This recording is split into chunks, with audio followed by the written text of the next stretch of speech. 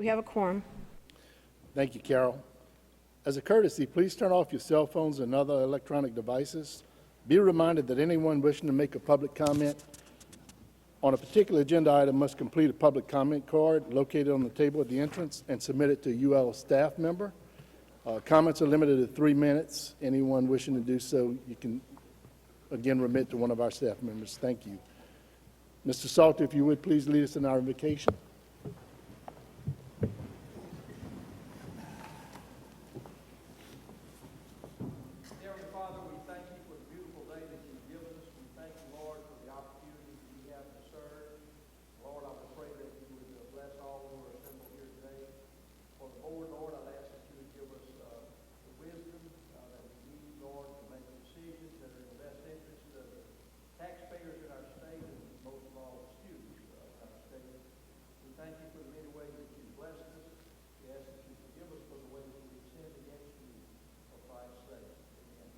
Amen.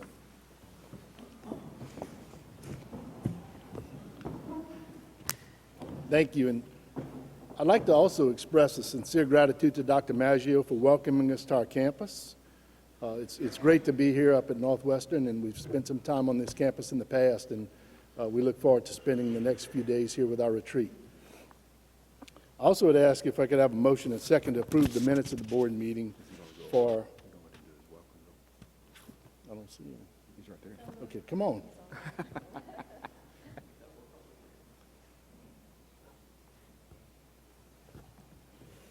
Skipping.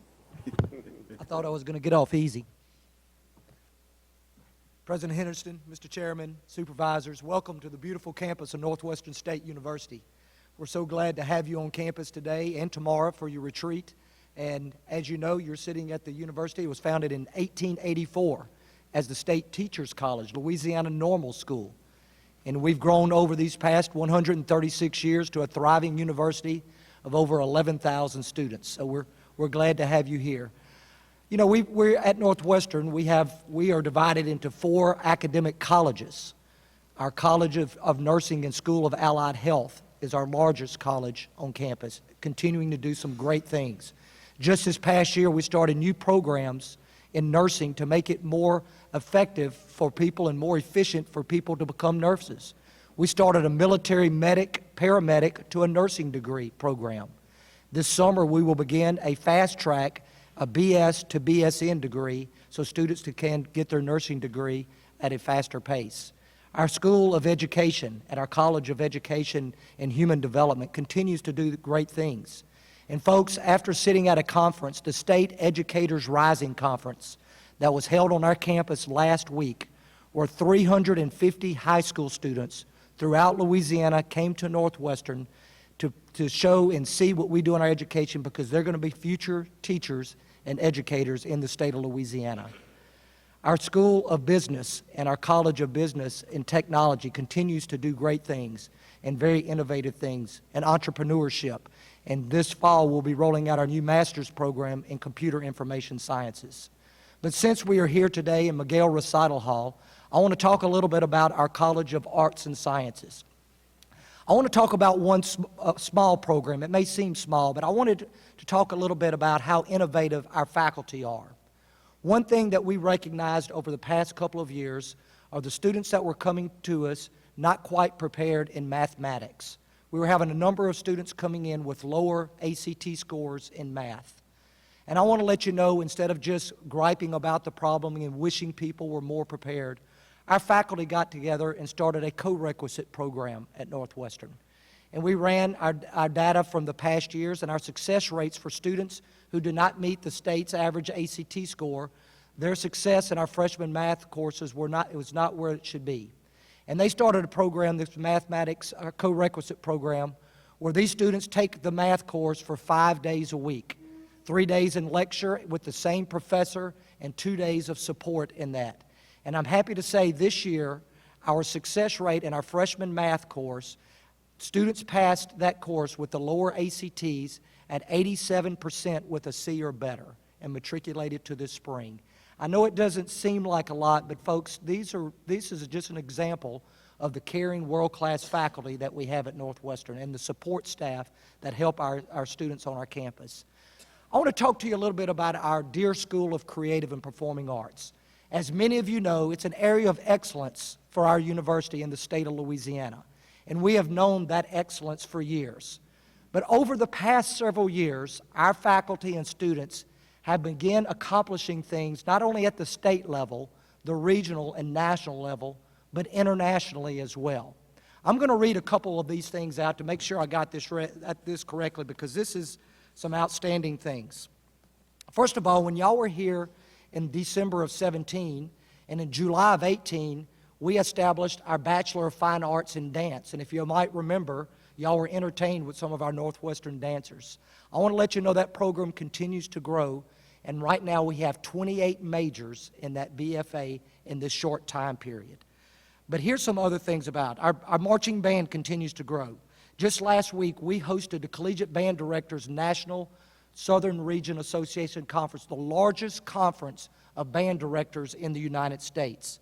This past summer, our Wind Symphony was one of 2 ensembles in the United States to be chosen to perform internationally at the World Association of Symphonic Bands and Ensembles in Spain.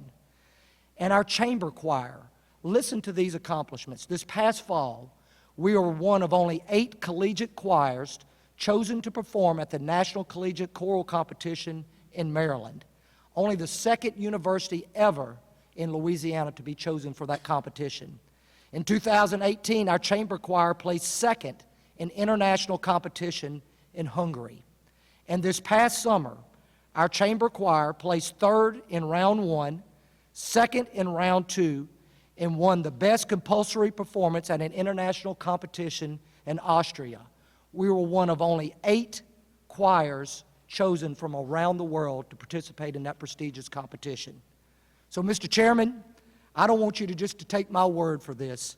I want you to see this firsthand. At this time, I'd like to introduce to you all the Northwestern State University Chamber Choir.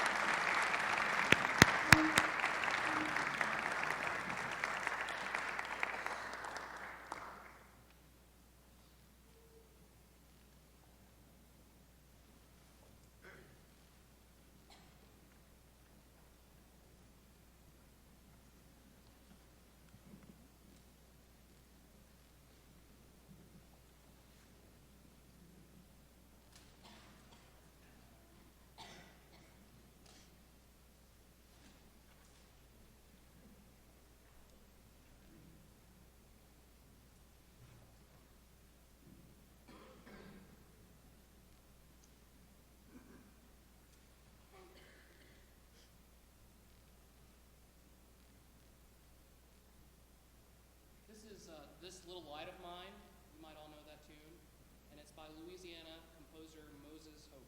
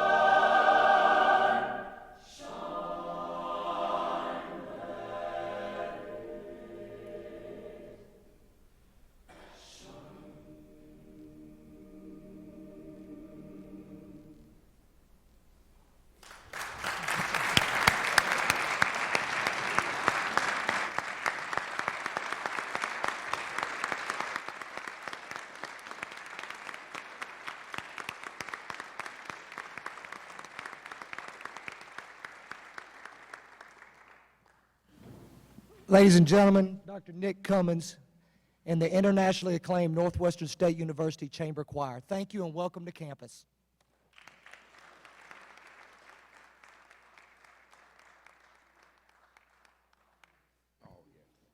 Thank all of you. That was beautiful.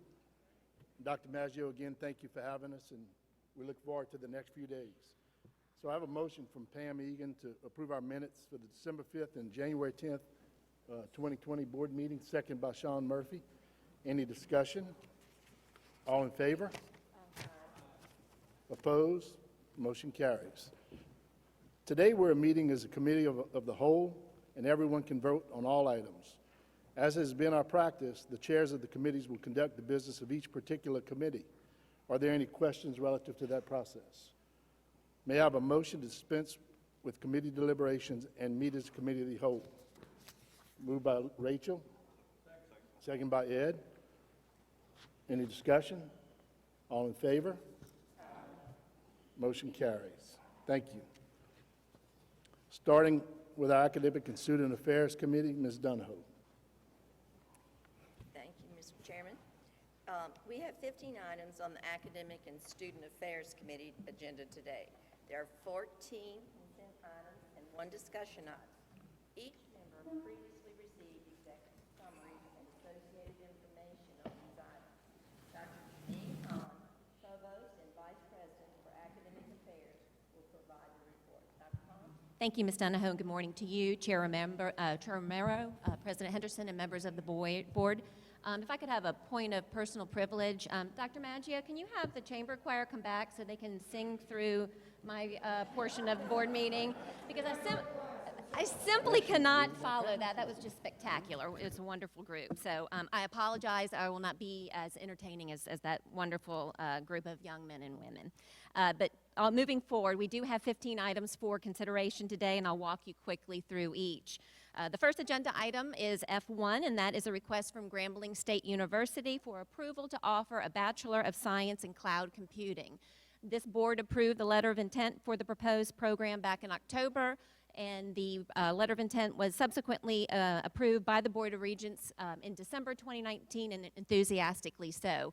We're now in the month of February, so the campus worked diligently to get this proposal in front of you for this consideration at the board meeting because they are really wanting to advance this program.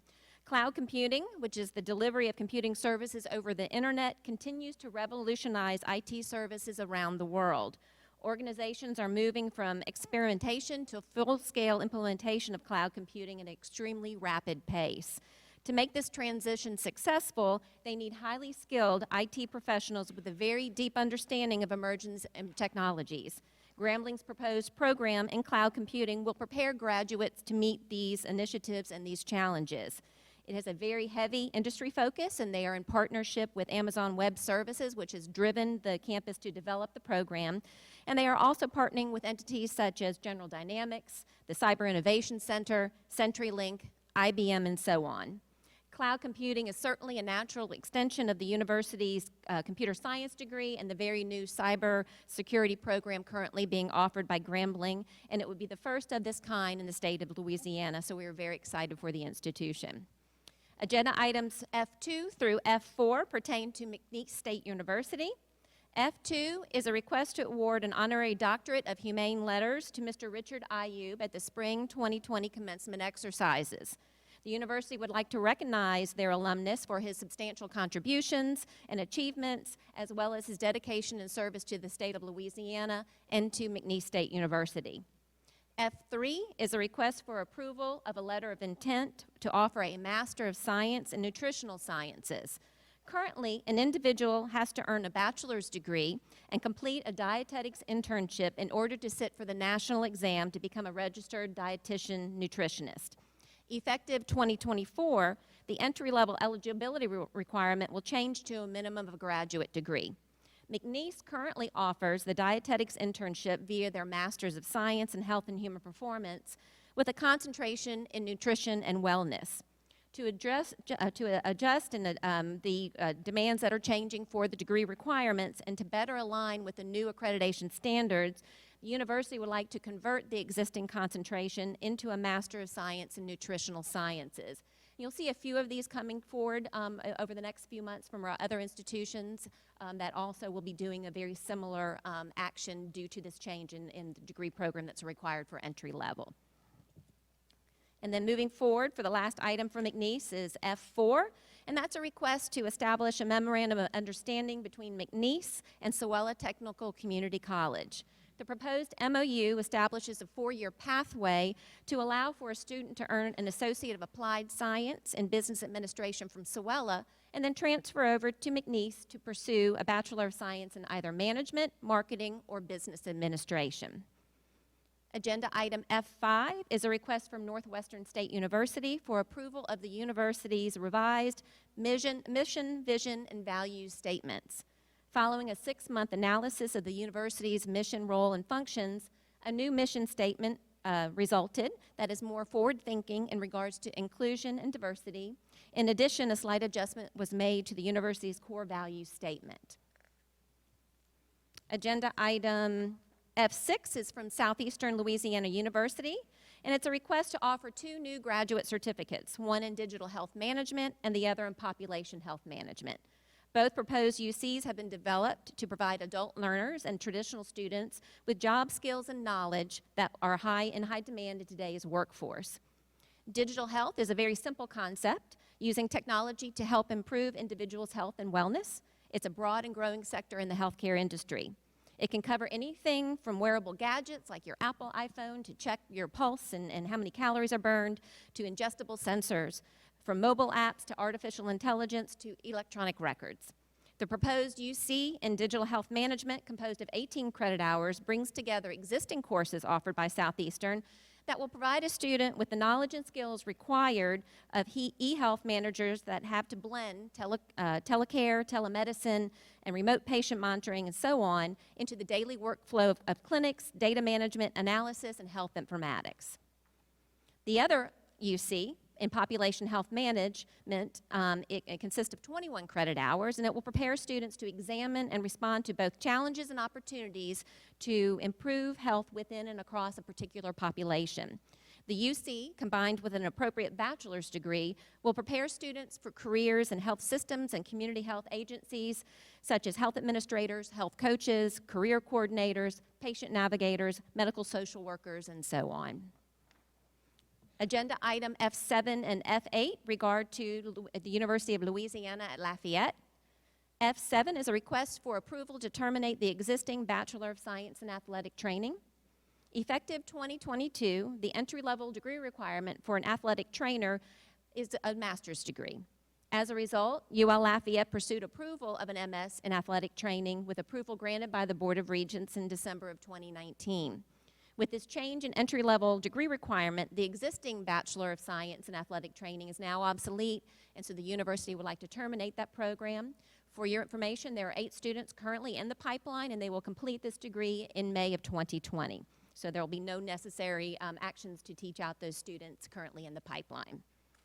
F8 is a request for approval to offer a Master of Science in Industrial Chemistry. This board approved the letter of intent in June 2017, with the Regents approving it the same year. A review was conducted by Joseph Gardella, who is with the State University of New York at Buffalo, as is standard with the graduate program. And then the external consultant reviewed the graduate program and found it to be necessary here in the state of Louisiana.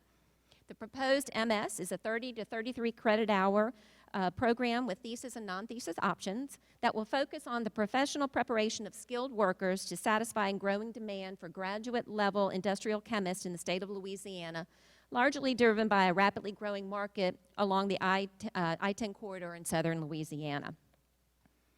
Agenda item F9 is a request from the University of Louisiana at Monroe for approval of graduate certificates in interpersonal leadership, senior healthcare management, and healthcare advocacy. The GC in interprofessional leadership is designed to prepare individuals to lead interpersonal healthcare teams.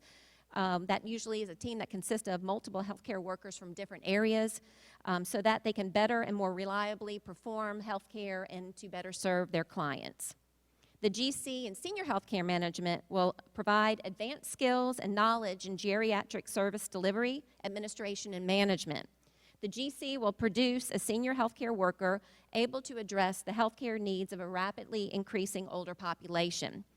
What is proposed is a very good option for those individuals that might not be ready to take on the MA in gerontology that's offered by ULM. So they could start off with the graduate certificate, and all courses required of the graduate certificate could plug into the master's degree should that person wish to continue on with their graduate work.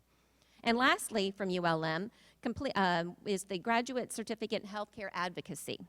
This GC will prepare students to give patients and their families guidance and support in managing treatment within the healthcare system. Completion of these courses will prepare individuals for the Patient Advocacy Certification Board exam that is required for serving in that capacity. All three are offered 100% online and available via 8-week sessions, so an individual could certainly pursue this in a very timely manner, and so we applaud the university for allowing individuals to pursue relevant programs in such a timely fashion. Agenda items F10 through F14 pertain to the University of New Orleans. F10 is a request for approval of the university's new strategic plan, Impact UNO. Impact UNO reaffirms the university's mission, scope, and vision, and identifies core values and primary goals for the next 10 years. The document was developed over 8 months with very broad campus input from faculty, staff, and students. F11 is a request to enter into an MOU with the New Orleans Center for Creative Arts, otherwise known as NOCA. The proposed MOU will establish an educational partnership between the two institutions and will facilitate transfer from students that are attending NOCA to the University of New Orleans. You all approved a similar agreement with Northwestern a few board meetings ago, and so we hope to see continued articulation with our sister institutions with NOCA to help encourage those students to transfer to our institutions. F12 is a request to enter into an MOU with Orange County School of Arts. Again, this is very similar to the agreement with NOCA that allows for the articulation of courses completed by OCSA students interested in pursuing UNO's Film Arts program. F13 is a request to establish a memorandum of understanding with Southern New Hampshire University, College of America. This MOU identifies what courses would articulate to UNO from Southern New Hampshire, as well as identifies a few other particulars in regards to the student transfer between those two institutions. And F14 is a request to enter into an MOU with Nunez Community College. The LINK program, which is established via the MOU, outlines a way in which a student that might not be admissible to UNO could enroll at Nunez and continue to remain on track to pursue their degree at UNO. And we're excited for them to allow that opportunity for those students and providing them with an alternate path. The final item, F15, is a request from the University of Louisiana, Monroe, to enter into a memorandum of understanding with the University of Louisiana sister institutions. We're very excited about this MOU, and I would like for Dr. Michael Cockerham, who's the Associate Dean for Academic Affairs and Professor at the ULM College of Pharmacy, and Dr. Albert Ruiz, who's the Campus Provost, to join me at the table so they can kind of walk you through what this agreement will entail.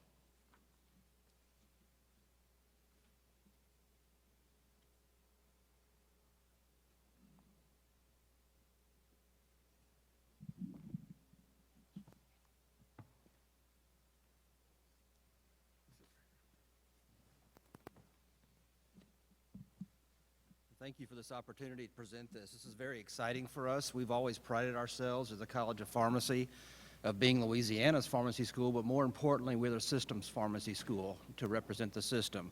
And we believe this MOU with the system will allow the students going to your institutions and all the sister institutions a more clear pathway to get into the College of Pharmacy if that's the career of their choice. It allows for, once they meet certain requirements, guaranteed interview, which not everybody gets an interview into our program. And this will allow them, if they meet the 3.5 GPA and a 50 percentile on the PCAT exam, that they will get an interview, which only about 40% of students roughly get interviews to our program. It will also allow us to use the Common Core matrix to simplify that pathway. We often have times where we have to interpret coursework that matches our prerequisite requirements for the program, and using the Common Core matrix will facilitate that, so students and advisors will have an easier time preparing and being able to enter into our program. I'd be happy to answer any questions anybody have, or Mr. Chairman, if I could, I want to clarify Common Core matrix, because some people might associate that with Common Core. I'm sorry, yeah, I which should is have called it universally Common. popular, right? You're right. For some reason, Common Core popped out. It should be Common Course Matrix. Sorry about that. Apologize. But, yeah, and not all courses, as we noticed going through and preparing this, not all universities have certain courses that match up perfectly, but we'll do the same thing we've always done, and we look at syllabi for courses, and we have work that we can do to match those courses up to make sure that requirement is met for our students. Questions? Yeah. Does anybody have any questions? Thank you very much for inviting us. Thank you.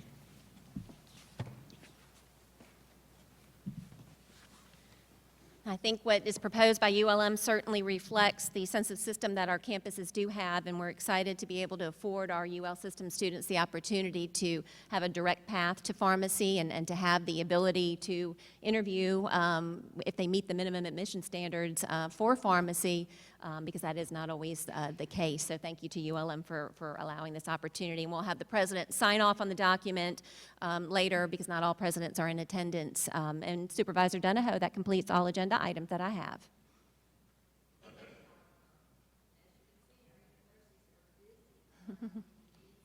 Community, our entire state, and also our students' needs and preparing the students. So I applaud all 9 of our universities for all the efforts that they've put forward to make sure their curriculum is current and ahead of the curve. Thank you all. If no one requires further clarification, oh, I do require.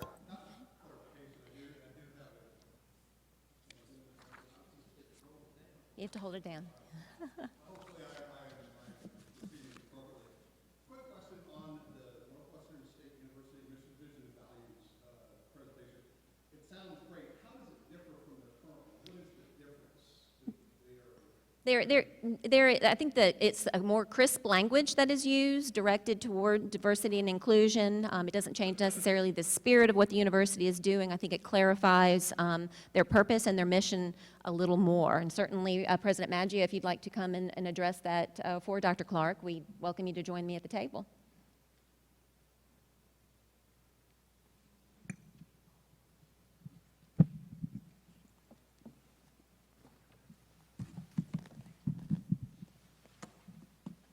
Thank you so much. Ms. Clark, it's not changing anything as far as the mission. It was looking at what the Board of Regents has for Northwestern, but some of the language was a little antiquated. It was really a cleaning up. So we went through all of our academic, this is Provost and Vice President Dr. Greg Hondel, who's with me. We went through all the academic areas, our strategic planning committee, and we have in the documents, we have the old one and the new one if you want to see the changes. I could sum it up, say, but more subtle. But of course, we did want to add with the diversity inclusion as well, which is part of it as well. I appreciate that. And in trying to prepare, so I wasn't, again, able to discern specifically what differences, but I'm glad. There wasn't a change.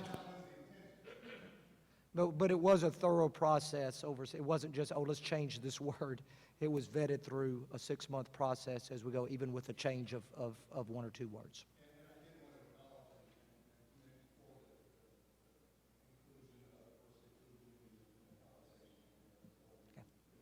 Thank you.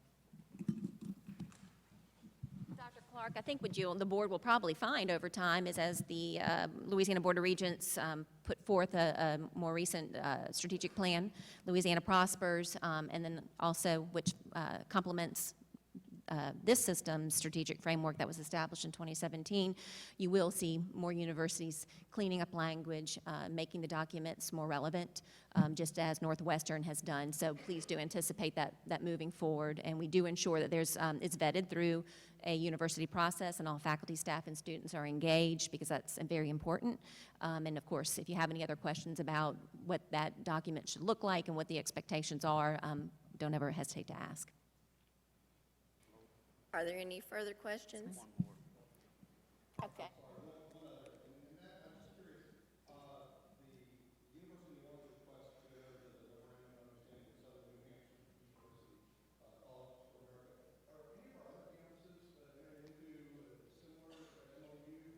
Not as of now, and of course, I think all board members know, but especially you, Dr. Clark. We have a articulation matrix that addresses courses that transfer among our public 2- and 4-year institutions here in Louisiana. What universities do for out-of-state institutions is they kind of create their own database. So if someone is transferring and they see a relevant pathway from maybe Ole Miss to Southeastern, Southeastern starts creating their own database of what English transfers to their English and so on and so forth. This particular MOU outlines what those particular courses are. So they're trying to document to help students understand if they take this course at Southern New Hampshire, it will translate and transfer to a particular course at UNO. So you might see that coming down the pike later on. I think it's just a way for UNO to clarify matters and hoping that they can engage some of those students into their academic programming at UNO. The reason I'm curious is that Southern New Hampshire University certainly has a unique model. Yes, sir. Trying to do things, on a national scale. In some ways, cost-based education. I'm a proponent and would like to think that others might want to think of what And we, we meet collectively as all chief academic officers for the system. That's certainly something that we can discuss. If there's a way that we can even do it at a system level, maybe we can go ahead and look at that potential pathway because, it is a very interesting approach that Southern New Hampshire takes, and it might not work out for everybody, or it might be a pathway for them with their ultimate goal, enrolling at one of our 9 institutions. And so if we can crystallize that so it's a little more easily digestible by students and they can understand what courses do transfer, we want to make sure that that's available to them. So thank you for that suggestion. We can consider that in the future. Okay. Anyone else on the Board of Supervisors have a question? I would like to recommend approval of the items F1 through F15. May I have a motion and a second? Moved by Mr. Murphy, second by Ms. Pierre. Are there any comments from the board? Are there any comments from the public? All those in favor say aye. Aye. Any opposed? The motion is approved. Is there any other business to come before this time? The item is athletics. Thank you, Ms. Donahoe. And before we proceed to our athletic committee meeting, I just want to remind you to activate your mic for those who are listening from afar and away from God's country. Mr. Murphy?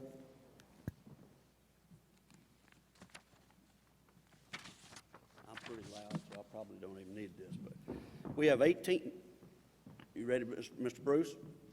We have 18 items on the athletic committee that are all consent agenda. Mr. Bruce Janay will provide an overview of the consent items by campus.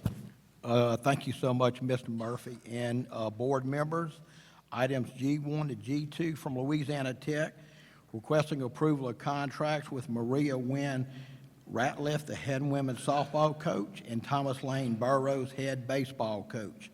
Items G3 to G4 McNeese, approval of contracts with Christy Porter, head women's volleyball coach, and Frank Wilson, head football coach. G5 from Southeastern, requesting approval of contract with Frank Scelfo, the head football coach. And items G6 to G16 from the University of Louisiana at Lafayette, approval of contracts for a number of coaches associated with the football program. And in the December meeting, each of the coaches' contract term sheets were placed in your board folder for review. Items G17 to G18, University of Louisiana at Monroe, approval of contracts with Jessica Giaglio, head women's tennis coach, and Sean Frazier, head women's soccer coach. And those are all the consent items, Mr. Murphy.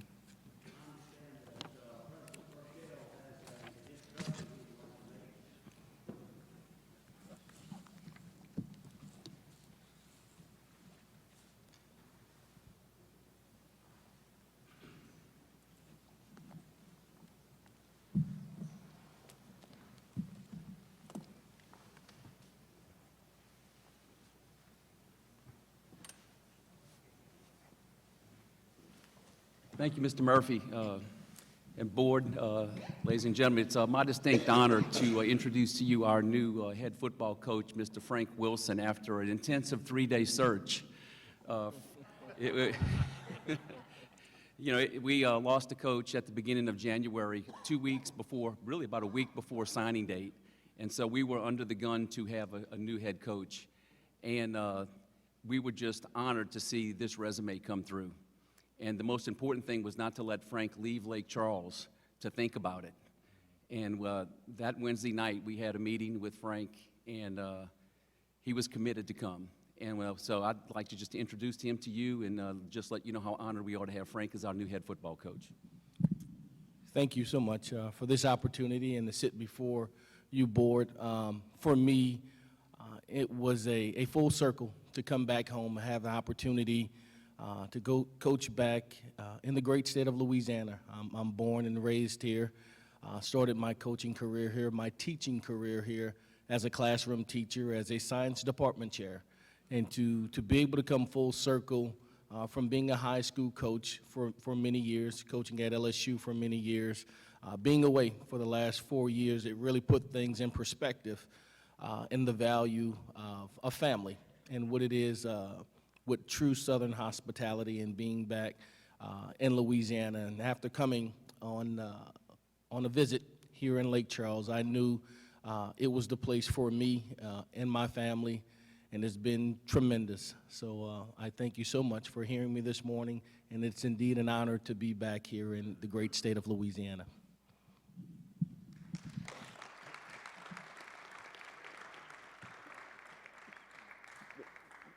Mr. Chairman, if I could. So I went to the press conference in Lake Charles when Coach Wilson was announced, and the energy in that room was palpable. And to me, it represented the value of athletics that sometimes goes understated, how it brings communities together, how it builds pride in institutions, how it brings stakeholders to the table. And when you couple that general feeling or energy around athletics with bringing a world-class coach, mentor, and leader to an institution, it bodes well for the future of the academics, of student success, of everything about that institution. The thing about Frank Wilson that stands out most to me, though, is his continued relationship with his players. He's brought some of the greatest players we've ever seen in the state of Louisiana to LSU. He brought my all-time favorite LSU Tiger to LSU, a guy named Honey Badger. It's not his proper name, Teran Matthew. These guys, even when they're remarkably successful, either in football or in career or in life, or when they run into challenges, the first person that they call is Frank Wilson. He's a developer of human beings, not just football players. And I want to congratulate President Burkell for having the vision and the confidence to make a decision very quickly. And it's an easy decision to make when you have someone of the caliber of Frank Wilson. Frank, welcome home. Thank you very much. Welcome.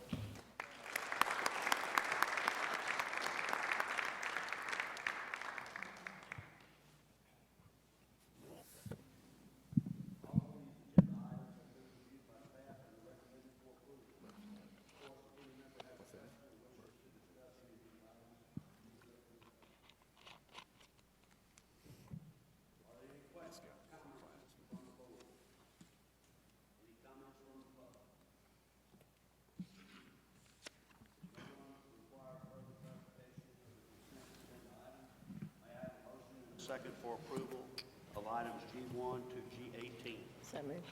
Ms. Lowe? Mr. Salter seconds. All in favor, aye? Aye. All opposed, like sign. Hearing none, motion passes. Do we have any other business for the athletic committee? If not, that concludes the business of the athletic committee. We move on to the next item. Thank you, Mr. Murphy. At this time, we'll proceed to facilities planning, which Mr. Perkins will chair.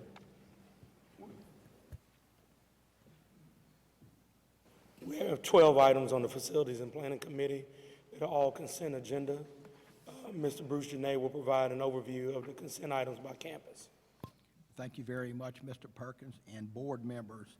Item H1 is from Louisiana Tech, requesting approval to advertise an auction for the sale of the building and land that's located at 800 West Alabama in Ruston at or more than the appraised value of $500,000.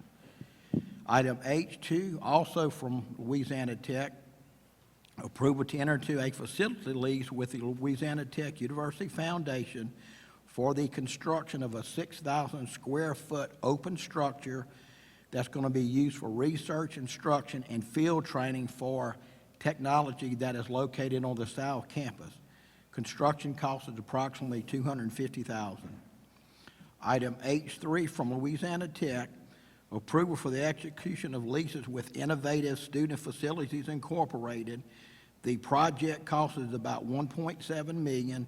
That will be financed by Student Facilities, Inc. and include replacement of certain lighting in and around the Thomas Assembly Center with energy-efficient lighting retrofits, and will include the replacement of chillers and boilers in the cogeneration plant.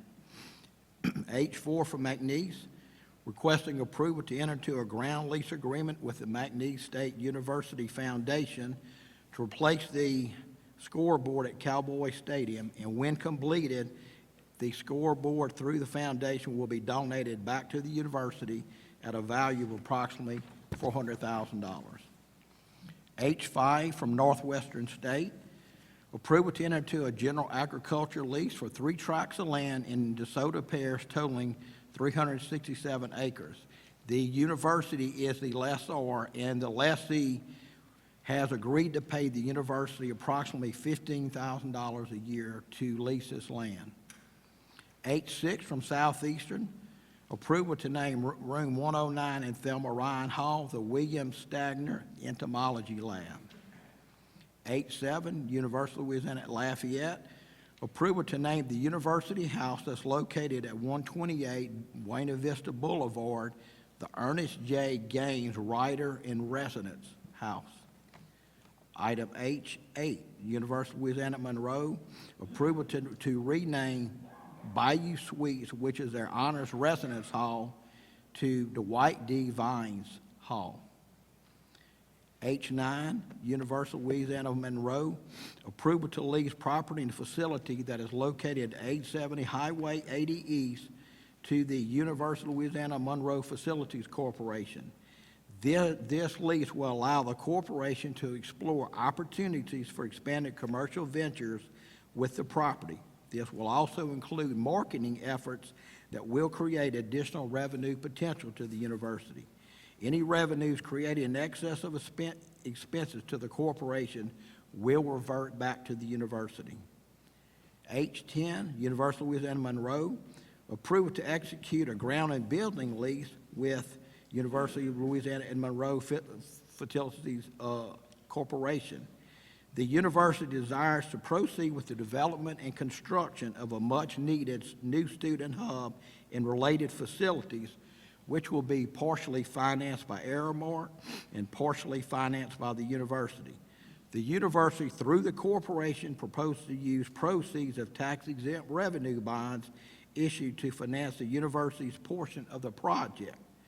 Payments for annual debt service will be derived from the revenues that are collected by the university from the facilities enhancement fee assessed and previously approved by the board, and the board approved that in December of 19.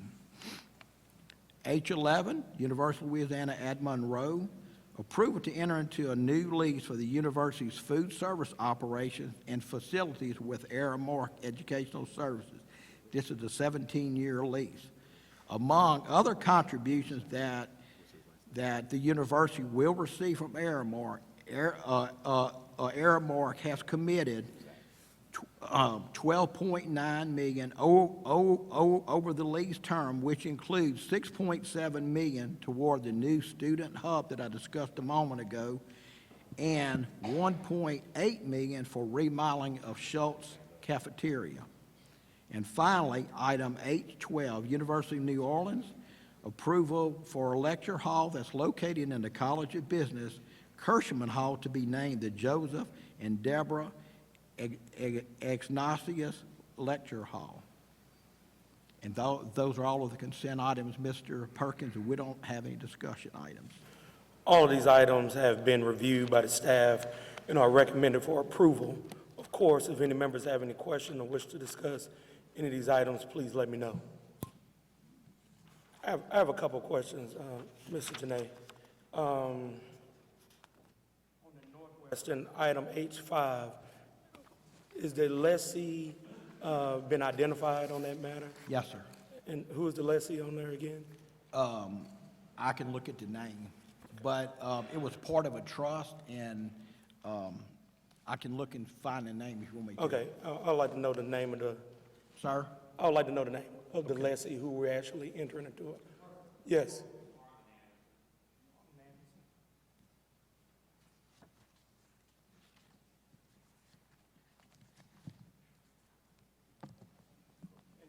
These current tracts of land, what are their current conditions now? They're trees, is it cleared out land, or what kind of land is this that they're entering into?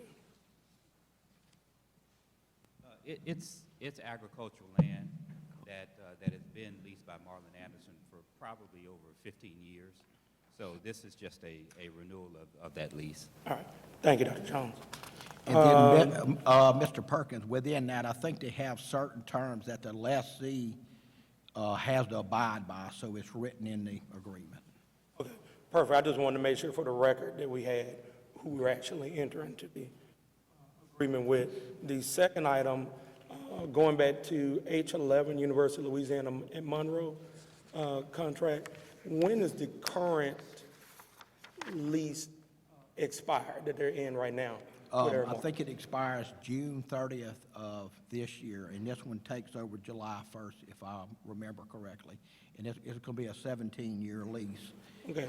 And Aramark is going to do a lot of, remodeling, make various enhancements.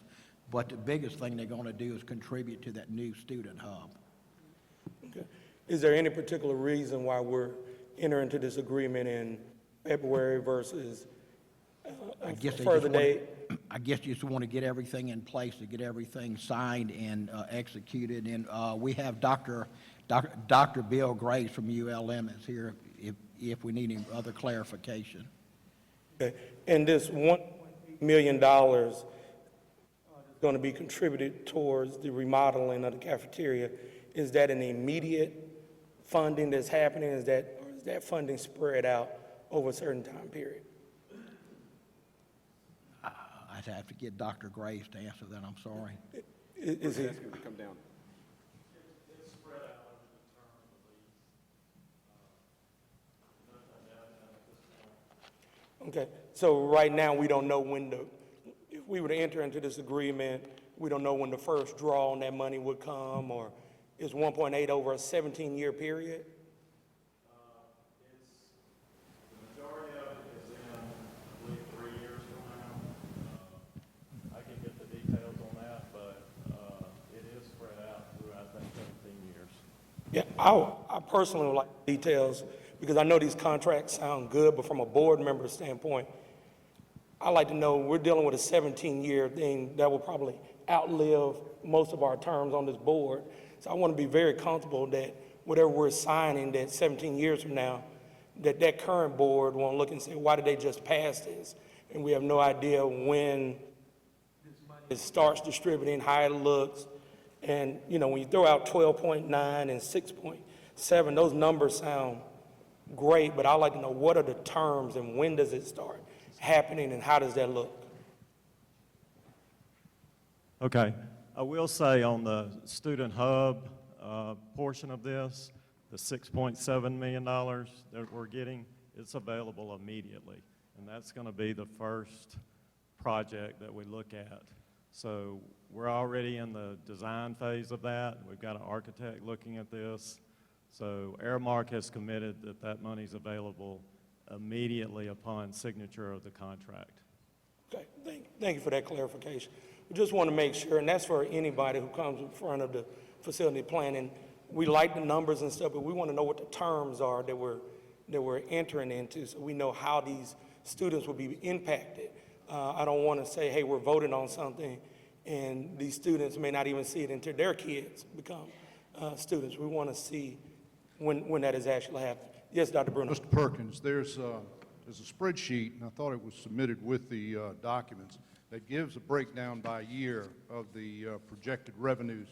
The total revenues over the 17-year period is $41 million, with capital outlay as well as commissions. And the commissions run from $600,000 initially per year, or not, which are referred to as lease payments, all the way to, I think it's $1.2 million in the out years. So it progressively gets larger. That 1.78 million that you're asking about Schultz, part of those capital outlay monies will be spent during the later years, so there's constant freshing up of facilities for the students throughout that term. The 17 years, and it's not a magic number, but it's a number that we built in there because we wanted all of their contributions in capital outlay to be expired before that contract expired. So in other words, we would not have any buyback provisions as some of the contracts currently are. The new facility is scheduled to be online for the fall of 2021. Aramark has already begun the design phases under the assumption that the lease would be approved. And normally these contracts run from 10 to 15 years. But in the case of some, I think Linda, we've always run them by Linda Clark to make sure that we were okay with it. But this is probably the largest contract of its kind in our system. I know when we did the first one at Southeastern many years ago under this model, it was probably no more than about $1 million. So we're very proud of it, and you can rest assured it's comfortable that the university is getting its value from this contract. But I believe there's some additional documents, and if they weren't included, we'll make sure and get it to the board of the spreadsheet that was presented that shows the breakdown of the lease payments as well as all of the capital outlay monies. Thank you, Dr. Bruno. And again, that's the reason why I raised the question. I just knew 17 years sounds like a weird number anyway, and trying to figure out why that length of term period, and just to make sure that we're getting the bang for our buck, and more important, that these students are getting their bang for the buck. Yes, Dr. Clark. Supervisor, I appreciate you bringing up 17 years. I have noted that on mine as well. This is Dr. Bruno, and he might answer questions to some extent. How many other institutions have lease agreements with the food service contractor for 17 years? You mentioned most are 10 to 15. Is that true? Is that what most of our institutions do with food service contractors? I mean, pretty much all of them do. I don't recall the particular term limit, you know, on. It just strikes me as odd. I mean, Supervisor Clark, almost all of our institutions are on 10-year leases and agreements that have an option to renew for 10 years prior to a new RFP being established. And I'm thinking through all 9 of them. I believe every one of them is on that 10-year cycle. So this is the first 17-year one that I have seen. But I believe and I think for the most part, they've gotten longer because of the capital commitment up front, that you have to have that lease in there in order for the vendor to be able to recapture that immediate cost that they're going to have. So we just recently had a few of them in the last 6 months. Grambling had a big one. I think it was Northwestern. So we've had a couple of them that have gone and actually changed vendors and looked at that. But I think it's because of the capital requirements. And for this one, if you remember, we approved that student fee, and it was contingent upon the contract coming in. So I know the student fee will begin to be assessed in order to provide that student hub for the food services that they have. So I think that's why we're getting into a little bit longer, because of the initial capital cost. that makes sense, and I certainly understand the commitment to the capital, circumstance. What is the protection for the students in terms of the quality of food? To me, you know, working on a campus, that was probably one of the biggest complaints and the most frequent complaint. And so negotiations ongoing. Do we build in something? I mean, for 17 years, that's a long time for students aren't satisfied with what they're receiving. I just want to be sure that there is something that is included in this contract where students have the right to negotiate or to do, and I'm assuming that that is the case, but I'd just like some affirmation of that.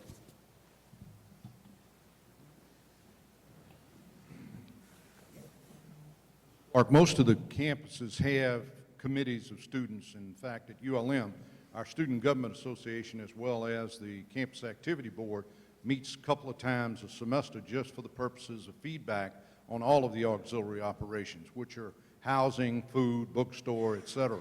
These enterprises have become so important to the universities and to the vendors, because if the quality is not there, you know, then the sales decline.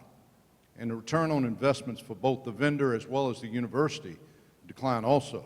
So the incentive is there, and the universities, almost without exception, and I can't speak for them, but you know, when I was more involved with all of the campuses, they each had committees that monitored the quality of the food, and they had a very aggressive survey system each semester to monitor the students' perception of the cleanliness, the variety of food, the taste of food, et cetera, et cetera. And in the case of Aramark, there's a national survey done every year by campus that allows the university to monitor if they're meeting the needs of the students and to the satisfaction level that they need in order to keep the students feeling their value is being rewarded. No, and again, I'm appreciative, and I'm certain that there are some, you know, obvious incentives for both parties to have quality and so on. In the case, though, if there were, for some reason, to be a downturn, is there, I mean, you're locked in for 17 years regardless of the quality of the food product produced? You have out provisions in the agreement. There are termination agreements in there that you can then go and solicit other vendors to pick it up. Okay. So there are in the leases, and these lease documents have evolved over nearly 20 years. And through the system, this system, you know, they have gone from self-operated systems to these lease provisions to where the vendor is actually leasing the space through provisions in legislation that allows us to have these longer leases. Again, this odd years is for twofold. One, as Dr. Lidoff mentioned, to recapture upfront capital investment. But number two, many of these agreements have that the lease expires before the capital amortization does. So it means a new vendor coming in will have to pick up the unamortized portion of the investment. In this case, all of the investment will have been advertised, so the university will be able to go in, secure possibly a new vendor, and that vendor will not have any leftover amortization to pick up in the agreement. Dr. Bruno, was there a 10-year package vetted through you guys where saw what that number looked like at 10 years? I think the way we did it, Mr. Perkins, is always we looked at what was the return we were looking for. You know, what was the increase in lease payments? What was the increase in contributions to the foundation to develop professorships, et cetera? There was a number of different components. In this case, there's a lease component, there's a capital improvement component, there's a donation component in there. I'm trying to think if there was another one. Those are the three major things we went after. You know, there was a time that some of these agreements had a $5,000 a year donation commitment to the foundations for scholarships, et cetera. This agreement calls for 2 professorships a year for the 17 years, or $160,000 a year will be committed to donate to our development foundation for professorships and/or scholarships. So again, I think getting everyone that spreadsheet will give you a clearer view of where we are as far as those different components. Ms. Clark, I know that Dr. Bruno just mentioned that there may be some out clauses in those contracts. Have you had opportunity to review those particular clauses? Yes, sir. We have been working on these contracts, which are under that RS 173361, and we have looked at, and in fact, schools have in fact negotiated with others to make modifications or find somebody in default because of problems. But yes, sir, there are means by which they can get out. All of these contracts technically under 3361 could go up to 99 years under the law. And we have strongly suggested, as has Dr. Henderson and others, that you certainly shouldn't go that long, but you can continue to renew if you can get sufficient money back as an enticement to continue. So the 17 years ties in a little bit to Dr. Lidoff's comment about 10 years plus 10-year renewals, as Dr. Henderson mentioned, which would be 20 years. But yes, there are means in each of these contracts with housing as well. If it's a bonded deal issue, there are means as well to try to change out or transfer. So there are connections in these contracts to allow for issues, as Dr. Clark brought up, on food quality. There are issues on whether or not there is a change out, a cancellation, and a default. And all of those are in these agreements. Question. They normally are 10 with a 10-year renewal. With this one being a 17, what is the renewal on this one? What will be the options at the end of 17 years? I believe that this could also be renewed again. This was not a final. I'd have to look at the original contract, but if the original contract was under 173361, it allows it to be renewed up to 99 years. If it was a 20-year total contract, limited, non-renewable, then it would be limited to the 20 years. And the initial contract, Dr. Bruno, I'm sure, put it under 3361 because he was actually at SLU, the first one to use this about 20 years ago. But it can be renewed up to 17 years was looked at when this was brought to the system office, and 17 years was within the legal time frame in question. Dr. Bruno, do you remember if it's under, the very original one was under 3361?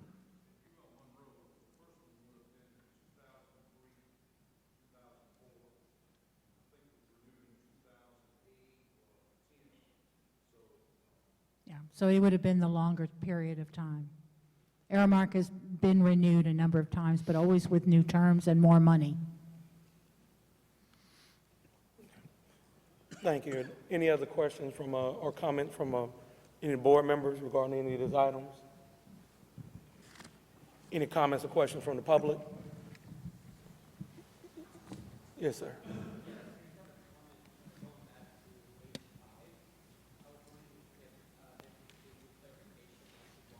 Excuse me.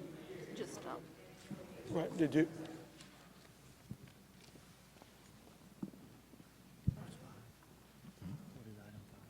I was wondering if there could just be some clarification. Excuse me 1 second. Go ahead and identify yourself for the records. Okay, my name's Tater Pullman. I'm a reporter for The Current Sauce, the newspaper here. And I was just wondering, going back to H5, if there could be some clarification as to why Northwestern State needs to be in this contract in DeSoto Parish. Like, what is the purpose of being in this contract? Yeah. So the question is the purpose of the contract, the lease in DeSoto Parish. So Chris, if you could come up and address that question, that'd be good. Or Marcus. And for the board members' edification, Cater is one of the outstanding reporters for The Current Sauce, the student newspaper at Northwestern State that has spawned a lot of great leaders in our state, if I dare say so. Cater, welcome to the meeting. Cater, thank you, board. This is land that was donated to Northwestern State University several years ago that has been farmed, and so what we have to do is re-renewing the lease to the farmer to farm that land. It's located in DeSoto Parish, so it was land donated by an alumnus, or this actually was an alumnus, but somebody donated the land to the university, and we're leasing the farmland to them so they could farm. So we're getting some lease payments.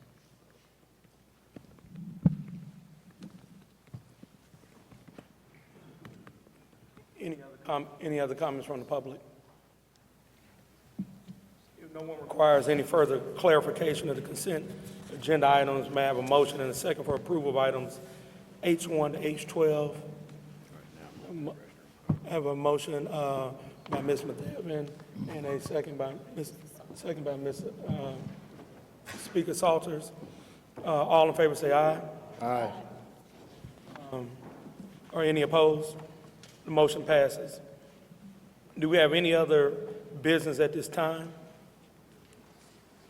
I had one item that I wanted to bring to Mr. Janae's attention that I would like to, for this committee to start looking into, and that is the conditions or the conditions of the president housing at Grambling State University. I want that to be something that we're able to meet on maybe within the next 30 or 45 days to start talking about the actual conditions of that house or the need of a new facility in that. And I'll also, in that conversation, I would like to bring a couple of the other board members who may not be on that committee on there, and Mr. Janae, I'll get with you on that, but I definitely want that to be on the attention. It's something that we've talked about as a board. As many of you all know, the condition of Grambling State University's president house is not at the condition that we would want it to be, and it's more than just simply a place where he lives, but it's a place where he can be a further ambassador to our system in Grambling State University. And this goes beyond just our current president, but presidents in the future for Grambling State University. So I want to make sure that is going on the facilities and planning, definitely with approval and support of Chairman Mark Romero as well. Chair Perkins, I'd like to add to that, Bruce, just a general assessment of president housing on our campuses throughout the system. I know that we have a focus on Grambling and need to enhance the quality levels there, but I think it would be good to encompass all as we go through the review process. Do we have any other further business at this time? If not, that concludes the business of the Facilities and Planning Committee. Next committee is Finance. Thank you, Mr. Perkins. Mr. Kitchen will address items under the Finance Committee agenda.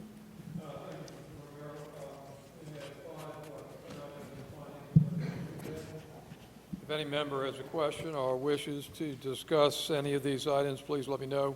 Edwin? I can't see you, Edwin. Oh, there you are. Okay. Thank you. Mr. Chairman, Edwin, members please of the provide us board. with an overview of each item. Item I-1 is the University of New Orleans request for approval to petition the court to amend the Edward G. Sleeter Urban Waste Management and Research Chair Trust. This will allow them to make changes more technical in nature to include the University of Louisiana System Board of Supervisors and to put a few other corrections and changes in there. Item I-2 is the University of Louisiana System's request for approval to establish the LEQSF endowed professorships, endowed superior graduate student scholarships, and first-generation scholarships as follows.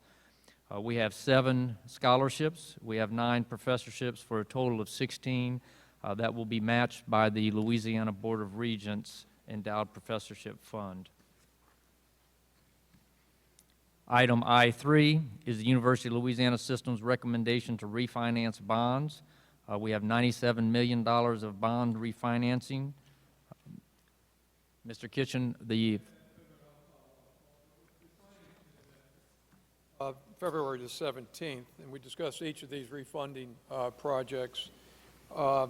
Each refunding proposal meets the criteria set forth by the Bond Commission for moving forward with that refinancing in order to take advantage of lower interest rates and to refinance this debt that would produce a savings for each of the schools in the system.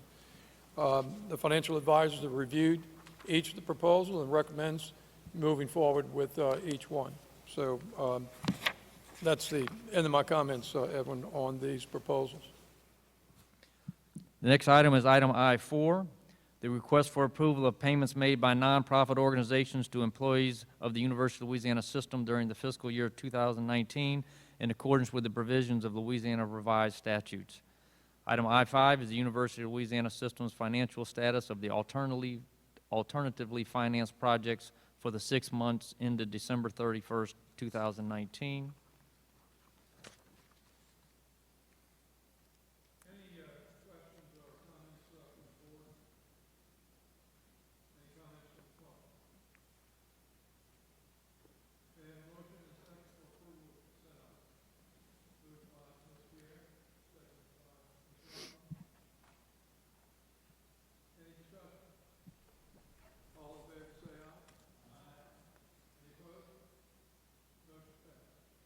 The next item is item I-6, McNeese State University's request for approval to allow a student referendum for a self-assessed student union fee. The McNeese State University Student Government Association passed a resolution proposing a referendum for the students to assess a $160 fee for the fall and spring semesters and $80 in the summer. If approved, the student vote would be held April 6th through 8th in conjunction with the SGA officers and senators elections. This fee will generate approximately $2.1 million annually and be used for the design, construction, maintenance, and operation of a new student union facility. We also have members of the Student Government Association and McNeese here to give you more details. Any questions or comments from the board? Any comments from the public?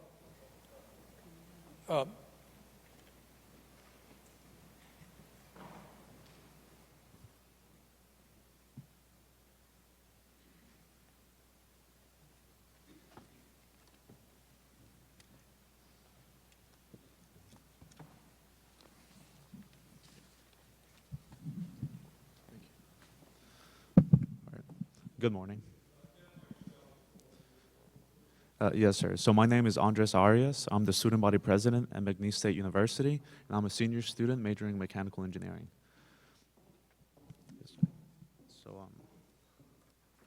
So, thank you for having us here, and thank you for doing all the good work that you do. So, we're here to ask permission to host a student referendum regarding whether we can pass a fee to fund this student union. And I'm here to hopefully provide some student perspective on this matter. So the university has been working on this for like a long time, and I happened to just stumble on the scene 2 years ago, and like it's been an honor every step of the way. So in that, within the student government, this is how I try to tell it to our legislature. We've been looking at our internal numbers, and within the past 5 years, we see that our revenue has decreased by 13%. And so I brought this up to the legislature and in conjunction with the plan. And many things were discussed, including like the history of our enrollment, the nature of how these buildings are funded, and how the fact that other institutions are also like building these similar facilities. And you know, after much discussion, it was pretty much agreed that like this project needs to happen for the success of like the current university and just so that future students at our institution may succeed. That being said, as you guys already know, our student legislature has already passed the bill allowing for the referendum to be held. And from there, the discussion has shifted. Not only is like whether the building should happen, because you know we agreed on that, is that what is the best way that we should inform our student body so that if they are allowed the opportunity to vote on this matter, they may cast an educated vote. So that being said, I'll hand it off to our Vice President. Hello, my name is Gavin Labiche. I'm the Vice President of the Student Government. I'm an English Literature major in a graduate school. And so I'm just like Andreas, we've been working on this probably about 2 years. I wrote the original legislation the first time it got brought up. And so I just kind of wanted to address that first because we did bring it up in the fall for a vote. And it did not get passed at about a 56 to 44% with about 1,800 votes cast. And so after that happened, we kind of just had to go back to the drawing board and brainstorm, like, well, why did this happen? Why do we think this is such a good idea, but it didn't pass? And so the thing that we really just came up with was that it was sold in the spring of the year before and then voted on in the fall. And so when that happened, the seniors graduated, and then the new freshmen came in who hadn't really heard about it when it was really being brought up the first time. And so he thought that was a kind of a big deal. And so now we're bringing it up in the spring to vote on it in the spring. And so we also have a different plan of action this time. So what we want to do is we actually have tabling events set up about every 2 weeks where we just like meet with the students as the student government. We actually have a lot of senator participation this time. And so we just meet with them, we tell them about it, we ask what they think, ask for suggestions, just give them all we know. And so that's really like our on-the-ground efforts. But also, we've had a lot of more like administrators come to our meetings and outline the 20-year master plan so that it's coming from them, and because they know more about it than we ever could. Like we try to like read up on it or everything, but that's their plan. And so we've really got a lot of pretty much every meeting we've had an administrator come and speak to us about some aspect of it. And then finally, we also have a new website up with all the information on it and a question for comments. And actually, Dr. Thomas and I, last week, we met with a student who had some comments on it, and it was just really nice to hear like her feedback and everything like that. And so we think in light of all this, that it's really going to be a different result this time because they're just more informed and know why this is such an important thing for McNeese's future. So with that being said, I'm going to turn this over to our administrative assistant. Good morning. My name is Brittany Thomas. I am a senior sociology major at McNeese. So I began at McNeese my freshman year in fall 15.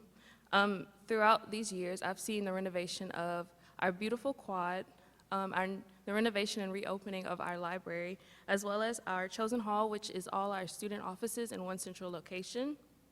Last year, I was able to sit with, among other students, who met with consultants who asked us what we wanted, what would make our experience better, and other things that we needed on our campus.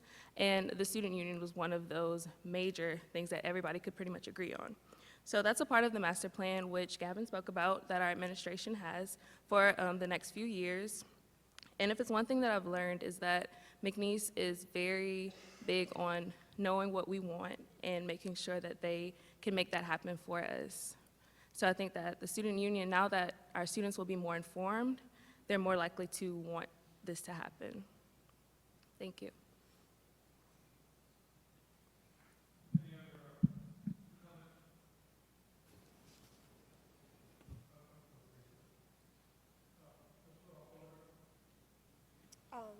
Thank you all for coming, and it's nice to see you all again. I have a couple questions, just more about giving more background on how you arrived to the decision to put it forth on the referendum. What I appreciate that you brought in administrators to SGA meetings. I'm curious what kind of student focus groups might have been held, or how you got the pulse of the student voice that is outside of their representatives in student government, and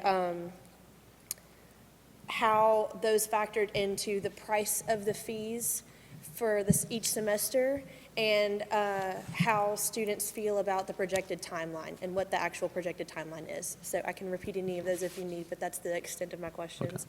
Okay. Thank you for the question. So as far as for the first one, for the cost of the fee, that was decided at another time. I can defer in a little bit to my supervisor, Dr. Thomas, to speak on the matter. But as far as like, how do we know that the students actually wanted it? Like, how do we know the opinion reflects it? Where, yes, the polls. So our student government legislature is kind of unique in the state because we have a bicameral system. So we have 26 senators, we have 2 coming from each college, and then we have either 1 or 2 from specific groups, so that'd be international students housing. But then we also have this House of Representatives. That means that every single registered organization is allowed 1 representative. So our legislature on the null is fairly big. Yeah, like 100+ members of students. So that's kind of like the first aspect of it. Like, we have a lot of people come all from like diverse backgrounds. And even while the discussion was going on, you could hear like the different points that people were coming from. So I hope that kind of answers that question. And I'm sorry, could you remind me the third point that was made? The second one is about the timeline. What is the expected timeline, and do you think students are, do you think they'll be in support of that when taken into consideration with the price of the fee as well? Okay. So as far as the timeline, yeah, I believe the construction of the building will be done in about 3 years, given that the university has saved up a good bit of the money. So like construction may start immediately, once knowing that we are in capacity to pay back the bonds. And like do you mean the timeline as in like how long the fee is going to be enacted for, or like the construction of the building, or? So when I say timeline, I mean the potential for a student who is buying into this fee to actually see it through to its completion in their time at the university. I got you. Yeah, so you know, like, I'm a senior myself, and I understand that, like, how about this? My sister went to McNeese in 2010, and whenever she was there, the library was being constructed. And she never really had the pleasure to like study in the library. Back when they had it, they had to put it in this other ballroom in our new ranch. However, when I went there, I had like the pleasure of like using that library, you know, and like I plan on like living my life in this area, and hopefully my kids will be able to go to McNeese one day and enjoy the student union that I helped build, you know. So that's kind of what I have to say on that matter.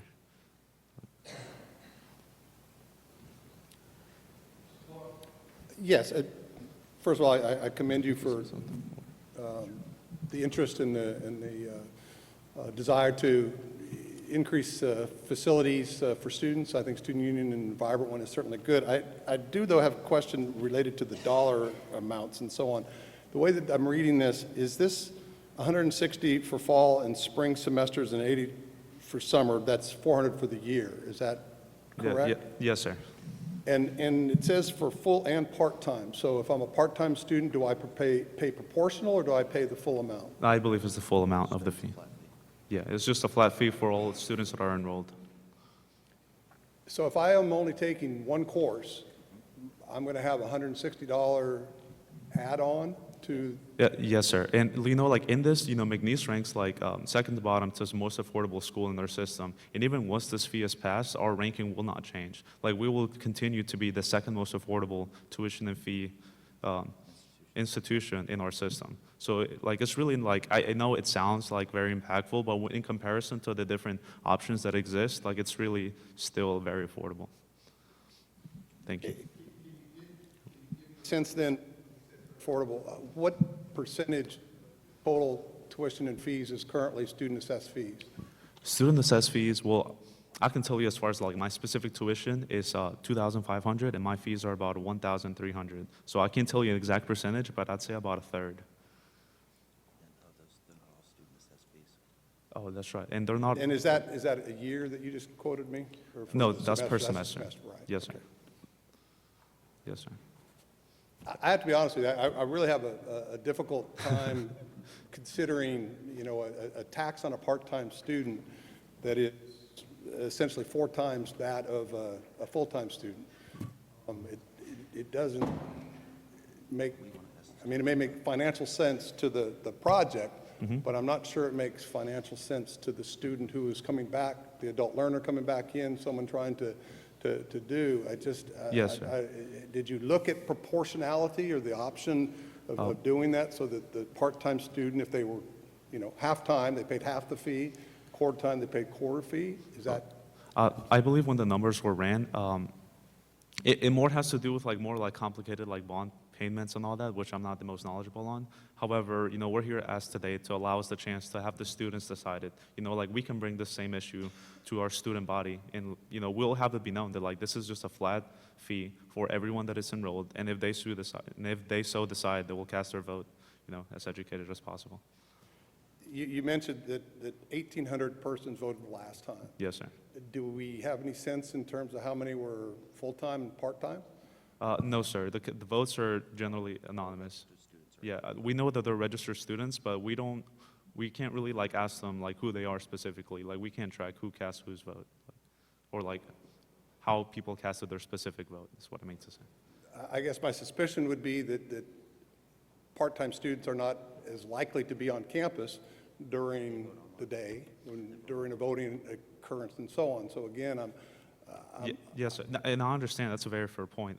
Our marketing efforts as to like informing the students is like off of a website, and it's mostly based off of social media. So we're trying to redirect students' eyes to that website, and beyond that, the voting for the actual general elections and on the student fee will be also online on our Engage page, which will be sent out. You can vote online? Yes, sir. That's the good. only method. Okay. There is no like physical ballot. Supervisor Clark, if you remember in the old days, they used to have these votes on a single day, on a Saturday, and would only have a select group of students come and vote. With electronics now, with technology, it's wide open. And I think we could learn some of that for general elections as well, but it's certainly on student elections, it's much more accessible than it's ever been before. Yeah, so if enacted, how much would these fees generate annually or per semester? I believe it was stated at about 2.2 million, 2.5 million. I believe it was stated whenever the statement was first read off. I know someone here has the exact number, but it's about like 2.1 million. Yeah. Per year? Yeah. Yes, Per per year. year. Per year. I believe the exact number is somewhere like 2.1. Yeah.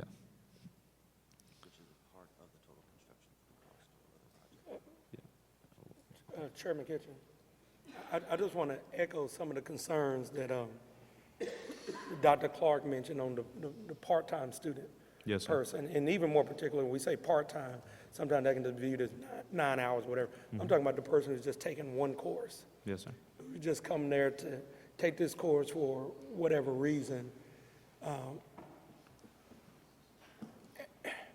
And I understand that you're saying you still wanted a more affordable, but affordability is subjective as well to that individual person who may say, I'm just trying to get back into school and I'm taking this one course and I maybe could afford 2 courses, but now I'm getting tagged with, this extra fee. It seems like your goal is to try to get this passed is the ultimate thing, is that you want to get it passed so you can have whatever amount of fees you need in order to do this project. I think, and I don't want to take words out of Dr. Clark's mouth, but it seemed like he's trying to give you a possible suggestion on how you can make sure that your thing is more palatable to a larger group.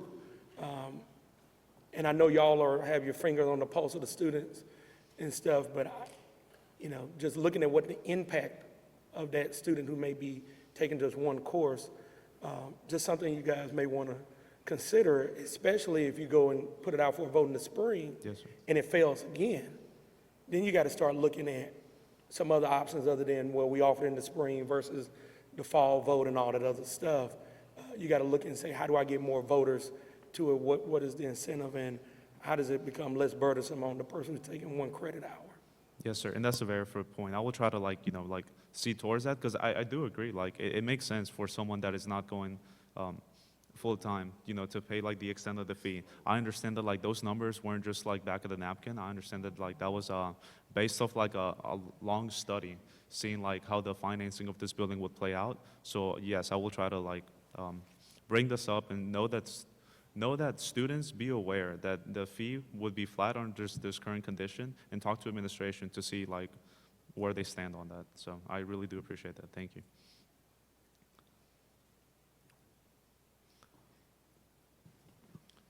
Rachel. In your House of Representatives that has people from all of the different organizations and groups on campus, were there any part-time students represented in that body or in the Senate body? That is not something that we particularly track, so there is very possible, it's very likely so, but we just don't really keep track of whether someone is full or part-time.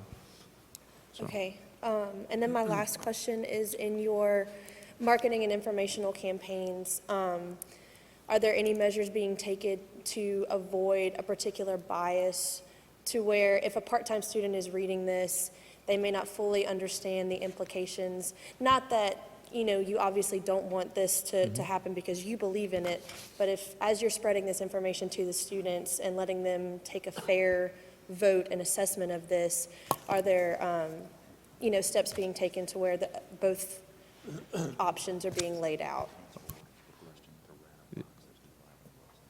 Okay. So I kind of have a multifaceted answer to this. So first off, in the website, which is kind of our core driving effort to informing students, right at the bottom is one of the key features that you can write your own questions in, and then we see that it's a then us, the students, the student government, we sort through the questions, and we see how this new information may get added to the website, if enough people want it, or it's a very good point that we haven't really considered so far. Along with that, we have organizer senators, which, they all come from their own respective colleges to go speak to their own organizations within that college. So I guess my answer to that would just be just given the amount of people that are involved in this, everyone is just kind of just exposed to the information, and they will just interpret it as they will. And then as they interpret that and pass it on to other people, I guess that's how it wouldn't be a specific institution or person's bias, since many people are involved. I hope that kind of answers your question. Tom? One question I guess I have is, Yes, sir. how does this proposal differ from the one earlier one? Because I understand you had one that lost Yes, sir. in the vote. So, maybe you said this and I just didn't hear it, but how does this proposal differ from the previous one that failed?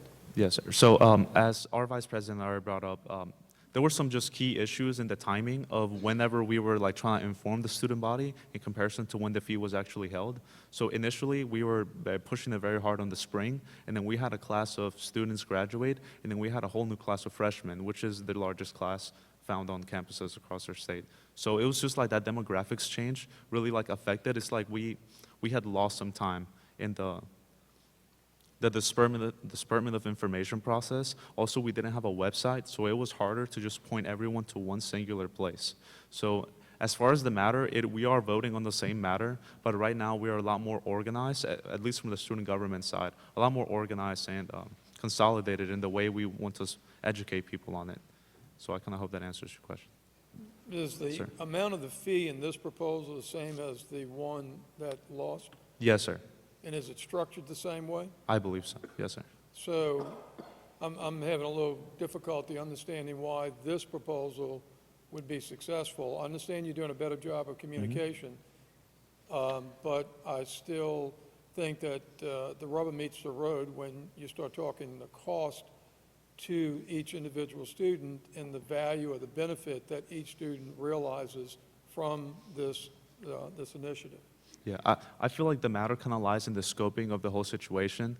If you're a random student and you're voting for Homecoming King and whatnot, and then you just come up and they say like, hey, do you want to get charged this amount? It's just kind of like a reaction just to like decline it, to be negative towards the matter. But once you start like filling in people that this is like the legacy that not only we are inheriting, like as I mentioned before, like the library that my sister helped build, now I will get to enjoy that. And there are many buildings across multiple campuses on our system that are also built the same way. So, yeah. And another thing is for the first time it voted, it wasn't like a large discrepancy between the yeses and nos. It was just 6% difference, a 6% difference. So we think that with the increased marketing efforts, along with the same time voting, that's going to be enough to swing the 6%, because we really identified that as like the main feature as to why it didn't pass. No, the bill itself, but the lack of information and then the poor timing. What's the size of your student body? It's around 6,800 students. Yes, sir.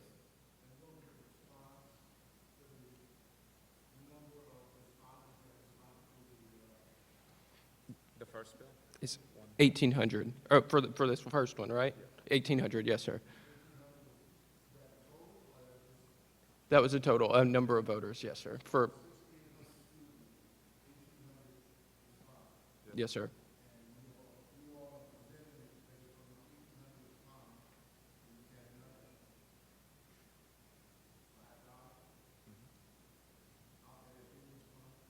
Yes, sir.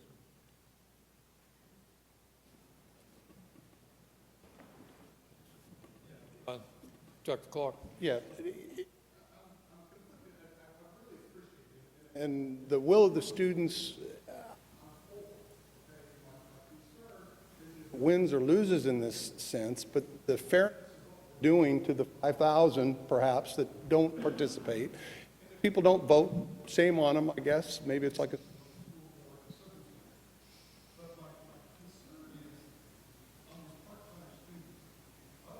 800. How many are part-time?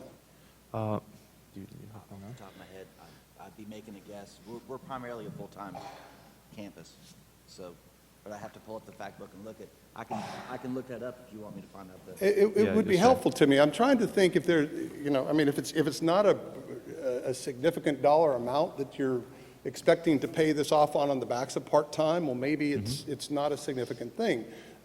Conversely, if there is a significant chunk, would it behoove you to look at increasing the amount on the full-time so that you can lower the amount on the part-time and still get your 2.1 million?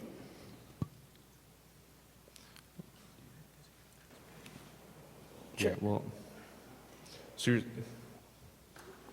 Chair Kitchen, I guess one of the concerns that we're having is, and I know that you guys are looking at it spring versus fall, but a lot of times when you're packaging stuff, there also has to be something of substance that have changed, other than just the circumstance. Yes, sir. Because with a closed vote, that closed vote can swing the other way too. Yes, sir. And if you haven't made any change to the package, you know, even saying, hey, you know what, we decided to go down, whatever, $50, or decide to do this, something that will make maybe those disinterested voters interested. I understand timing. I mean, we deal with it here in Louisiana all the time. Hurricane hit, this hit, and all the stuff with timing. But when you come back, you also got to have some kind of substantive thing to be able to say what is different this time versus the other. And what we're facing with a board is that you may be back here, or I guess your vice president, next year, asking for something else. And we're going to be asking these similar questions, and you're probably going to get more board members asking even more questions. So I guess we're trying to get this in a package that will make sense when it goes to your student body. So then we'll have a true understanding. Is it the will of the students? Because right now the will of the students says, no, we don't want this. If we were just to take it as face value, 6%, 2%, whatever. Yes, sir. So if you're really trying to do it, which I was a big supporter of you guys doing it the last time, I think y'all absolutely need another student center.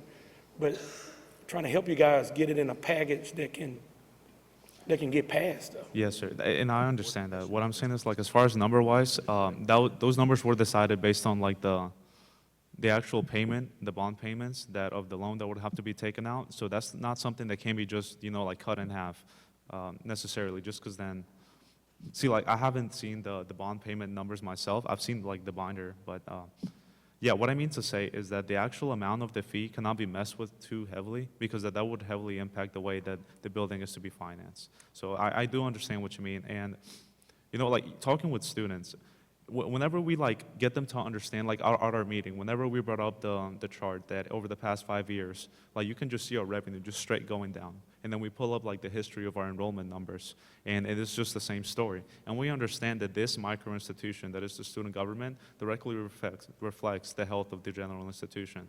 So we understand that something needs to happen right now. You know, like, as the student legislature, someone said that, like, we need to, like, make decisions with our eyes open. And, like, I agree, like, with what they had to say there. So, Mr. Chairman, if I could, 78% of McNeese students are full-time, 22% are part-time, which is probably the highest range of full-time students we have in our system. It's an amazing.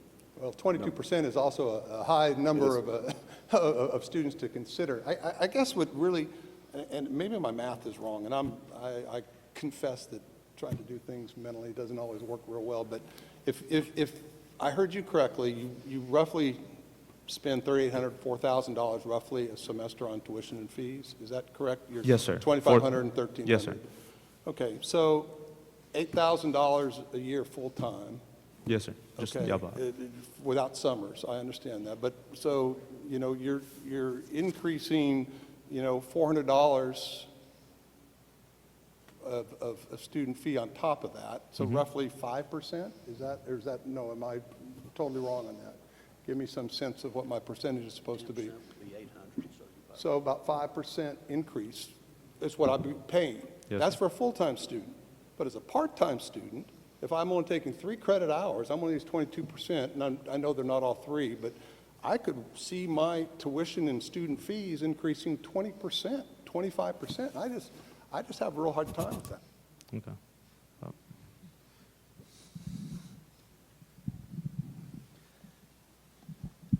Members of the board, Dr. Henderson, I think understanding the concern for the part-time students, I think it's a little bit complicated, but I think if there was a way that we could do it on a per credit hour charge, and then charge the part-time students, and I'm saying if I just divided this up, it'd be $13 per hour for a student. We might need to change that a little bit to get back to the $2.1 million, to go a little bit different to adjust for that. But in texting back and forth with the CFO and the president, if there was a way that we could have the board approve that or possibly allow Dr. Henderson to work through the details of a per credit hour charge, because the problem we have is the timing. April is the vote. If not, then it's next fall, which then puts it back and unfortunately the student union's been delayed for so long that it's problematic for the campus. So I don't know if that's a compromise that might be able to work on a per credit hour basis, that we could negotiate the amount. Well, are you, I guess I can ask. I mean, I'm certainly, supportive of that notion. I'm a little, concerned that it's just kind of this nebulous, we'll kind of work it out and see. If you're telling me that there is going to be proportionality direct, right. I mean, that per credit hour, if that is in fact what it's going to be, then I feel better about that, and it's still up to the student vote. I mean, the students can still vote yea or nay. I just, from a board member standpoint, that makes more sense. Would it be in order for us to amend the resolution to include some proportionality concept? The language, I would suggest that approval to allow a student referendum vote for an increase of student self-assessed fees in proportion with the number of credit hours taken by each student for the design, construction, maintenance, and operation of a new student union facility. Does that seem to address the concerns? Well, right. My only concern is if you divide this up, it'd be $13 per credit hour, but because of the proportion of students, the $13 per credit hour for a full-time student might not get you to the 2.1 million. So you might have to go to $15 or $16 a credit hour to get to that 2.1 million. We'd have to work the numbers in order to get you to what you need, because I don't think the per credit hour amount is as important as it is getting to the 2.1 million. We got to get to 2.1 million, and if we can get to that per credit hour amount, I think we could satisfy all of the issues that we have.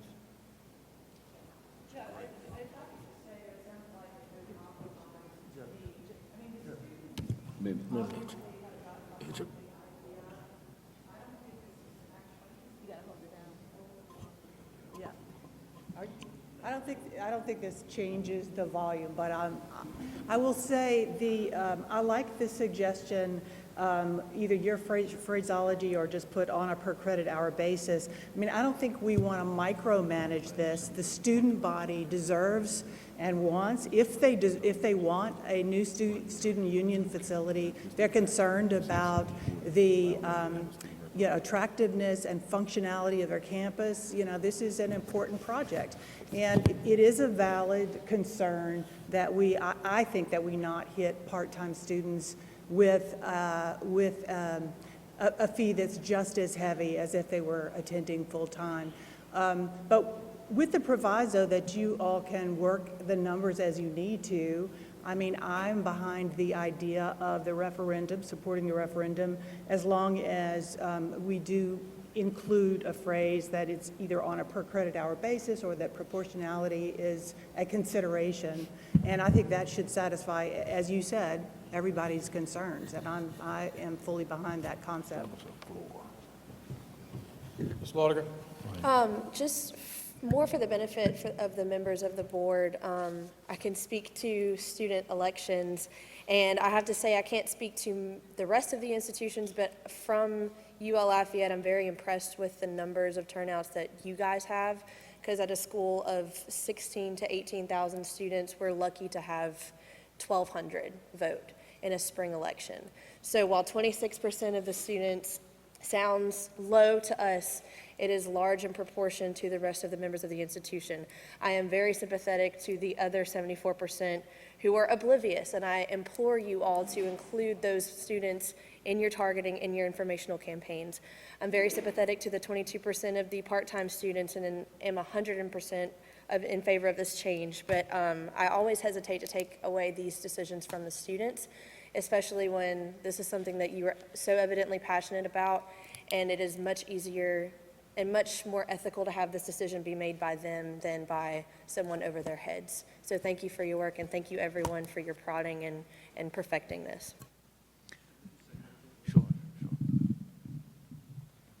I completely understand what Mr. Clark is saying. I do absolutely see what you're saying. My only concern with that is like the current wording of the fee is the one that like the student government had passed with like all, like we said, like 100 different voices.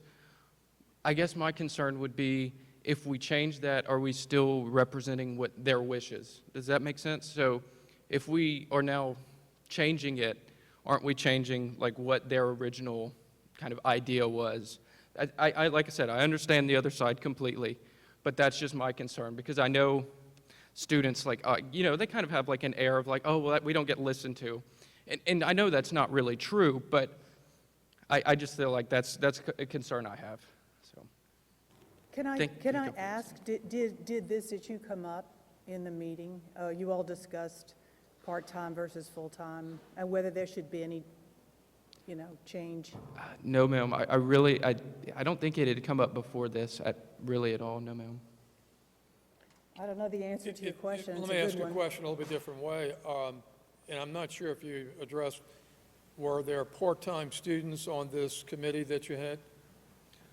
Like we said, we really don't have a track of that in the student government. We just have the different organizations, so that's how they're represented, either by the organization they have been elected to represent or the college they're coming from. But you know your students and your friends on that committee, and you know whether they're full-time or part-time students. So I think it could be, you could offer some response with regard to were the part-time students represented, and if so, what is your estimate of the percentage on this committee? Yeah, so, I mean, given the size of our legislature, as I said, I cannot give you any numbers with any certainty because that's just something we do not track. Like, any number I would give you would just be like my guesstimate. That being said, like, I do know that we have like so the way our representatives are elected is that each organization hosts their own internal elections and they just send their person forward, you know. So like we don't really get in the way as into like, oh, you have to have this many people that are part-time. So I do understand your concern, but that's not something that we like filter through for representatives.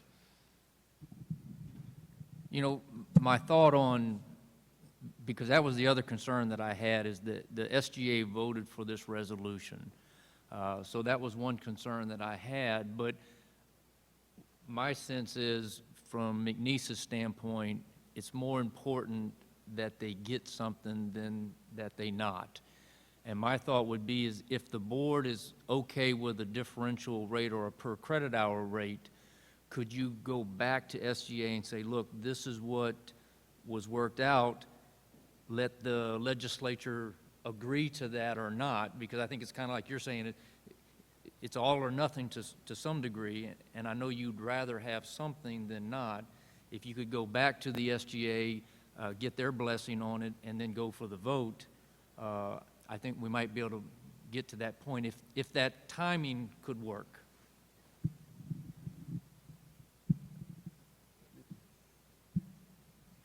If that would be like yeah, we would be fine with that for sure. Because like he was saying, it really is the most important part that we get this passed in some capacity. So, yeah. So if I could, to be very clear what the vote would be, maybe to rephrase that, Mr. Chairman, if I could. I'll rephrase it and certainly open to improving the language. But the resolution would read, McNeese State University's request for approval to allow a student referendum vote for an increase of student self-assessed fees in proportion with the number of credit hours taken by each student for the design, construction, maintenance, and operation of a new student union facility. And would you want to add on that subject to ratification by the student legislature, right? So that they have a voice that this is the proportionality quote. That might be helpful.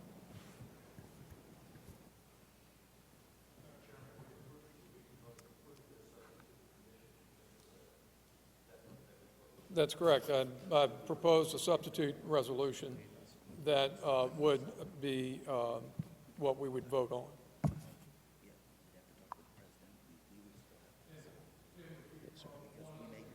Include, subject to the approval by the governing board for the student body? I think that's appropriate, Mr. Chairman. I think the students need to have a voice the whole way through. Probably at the end? Yes, sir. Okay. So,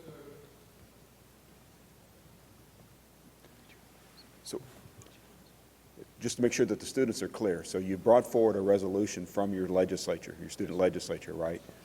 And the board is suggesting a different approach to that. And so the board is authorizing you to go forward with referendum, but subject to your legislature approving the new proportionality piece. Does that make sense? Yes, sir. Yes, and is that workable for you? Yeah, and we will make sure that those issues are brought up. We will try to honestly just put together a committee with that proportionally represents the part-time students. So just we really see what they have to say.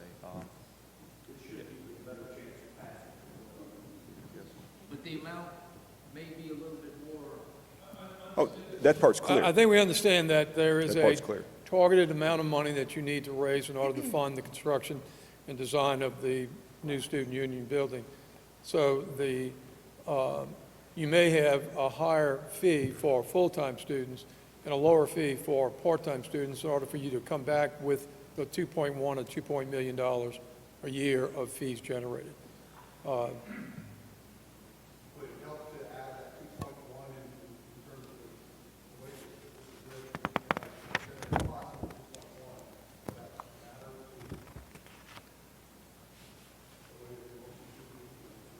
matter? I think that's going to be a given, you know, that they're not going to adjust these and come up with an amount that's going to raise $1.5 million because they know that's a non-starter. So let me reread it as it would now appear. McNeese State University's request for approval to allow a student referendum vote for an increase of student self-assessed fees in proportion with the number of credit hours taken by each student for the design, construction, maintenance, and operation of a new student union facility, subject to approval by the student governing body. And I don't know if I have the right name or the right nomenclature, but at any rate, that is as the resolution currently reads. So moved. Second. Thank you. Thank you all for your time. Wait, just a minute, just a minute. All in Mr. favor, Kitchen, say aye. I do have a comment.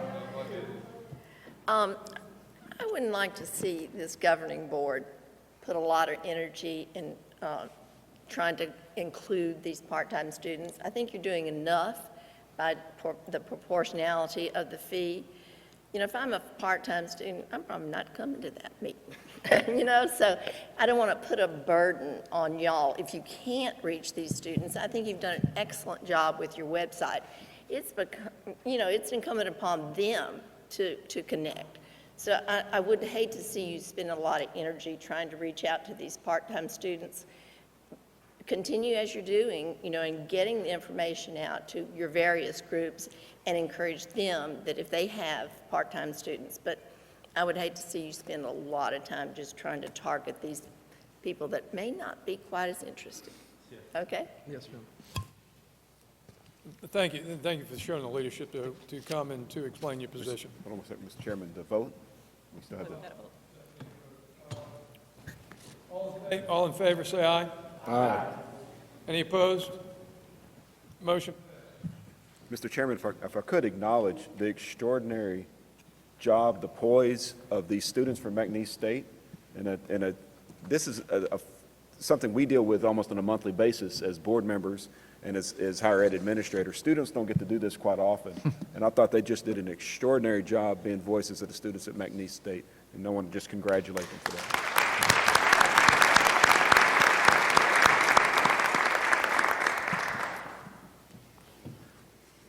Well done. That's tough. Next item is item I-7, the University of Louisiana Lafayette's request for approval of a resolution authorizing the president of the university to take any and all appropriate actions against Rely On New Tech USA LLC. In 2016, the University of Louisiana Lafayette contracted with PHALIC to operate their Marine Survival Training Center. And since that time, they've been bought out by Rely On New Tech. And so they ran into a problem with the cooperative endeavor agreement, and this would give the authority to the president to pursue the contract issue that they have. Mr. Chair, we're going to take this up in executive session. We're going to take this up in executive session. Yeah, we'll take this issue. Thank you, Adam.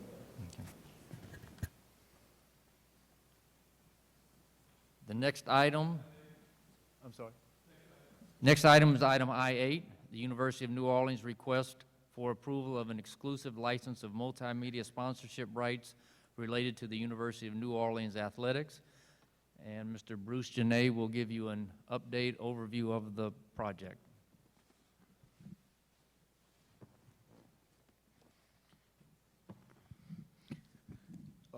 Thank you so much.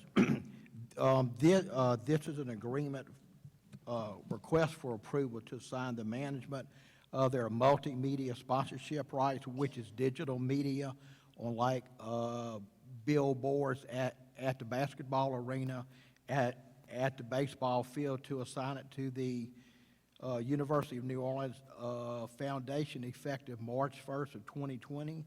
The initial term of this agreement is going to be for 5 years with an option to renew after 5-year periods upon mutual agreement of both parties.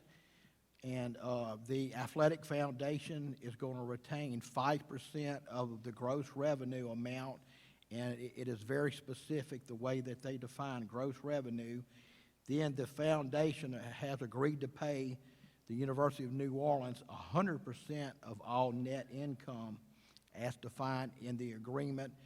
Both the president of University of New Orleans and the president of the foundation feel that this is a good move to enhance how much money is going to come into the athletic program. And they may possibly, that there is a clause in there that they may engage a third party, but picking that third party would have to be upon agreement of both parties. So both the president and of the foundation and the university feels that it would be a good option to go this route to enhance how much revenue is coming in.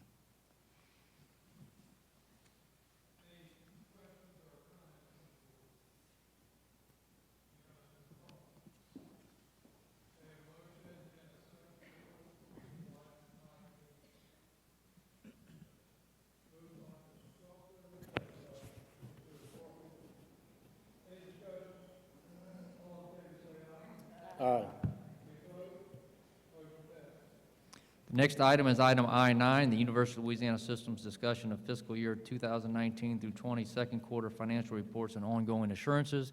And Mr. Charles Went will give you an update. Thank you, Mr. Chairman, members of the board, members of the committee, and President Henderson. We've gone through the second quarter, and as of the end of the second quarter, we have received about 66% of our budgeted self-generated revenues, which of course consists primarily of tuition and fees. The total systems revenues increased by 1.6% compared to the second quarter end last year. ULL's revenues decreased 2.7%, primarily from $4.2 million in general registration fees and $900,000 in non-resident fees. UNO's revenues remained flat. They actually decreased $2,495, and the remaining universities' revenues increased anywhere or in a range from 0.6% to 21.5%. The 21.5% was at Grambling, and that's primarily based on the timing of how they draw their state general fund appropriations. The system's expenses are at about 51%, which is on par with 50/50 on your year for your half years. And the budgeted expenses increased 2.5%, 2.5% compared to the mid-year last year.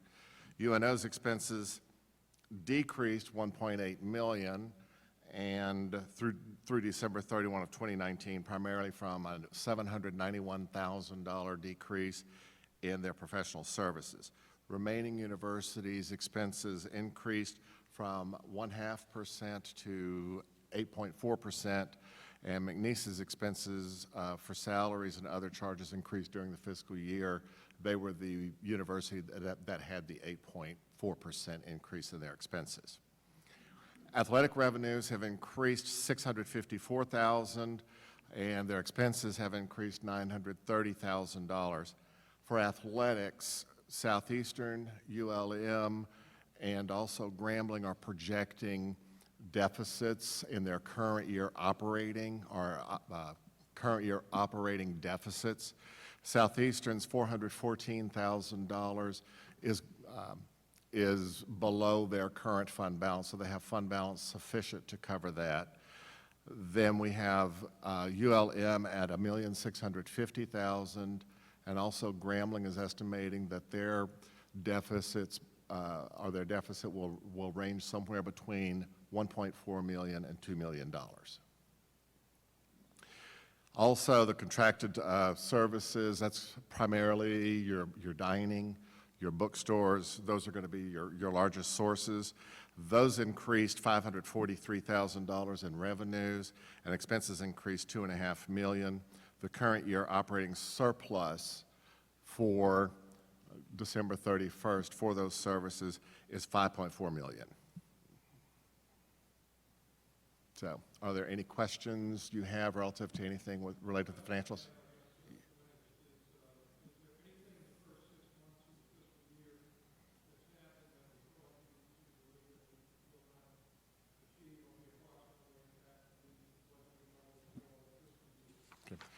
As it relates to the items from the operating budget, I believe that we're on par to meet those numbers. Thank you. Yes, sir. Yes, sir.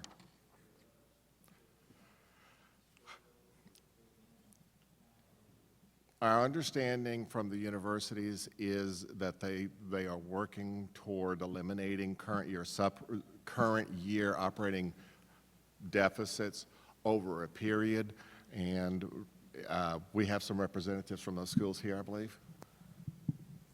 What we're also planning on doing, and we've talked about this, is setting up a meeting possibly in April for the Finance Committee to review in detail athletics, auxiliaries, the operating budget for the current year, and the projected budget for next year. So I think if we can get that set up and get the committee members there, I think it'll give us a better idea. We can go into the details on the athletics and how we're going to deal with that. Because unfortunately with athletics, once you get that deficit, the solution is ticket sales and fundraising, and that's not easy and it takes time. And so to come out of it, or cut expenses, so to come out of it is a plan. And I know the institutions are working on that, but unfortunately I think that plan is going to take a little bit of time. Any other comments, discussion?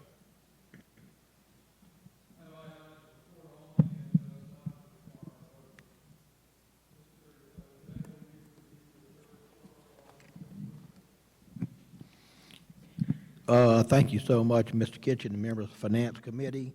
Item I-10 is University of Louisiana System Report on Internal and External Audit Activity for the period of December 2nd, 2019 to February 23rd, 2020. Enclosed within your board folder is a summary of reports completed by various campus internal auditors and external auditors since the last board meeting. I wanted to point out something of interest in that December of 2019, the legislative auditor issued its annual audit of the system's financial operation. That report includes all institutions and component units. The system received a clean opinion from the legislative auditor, and there were no reportable findings relative to internal control or compliance. This is the best opinion and report that one can receive.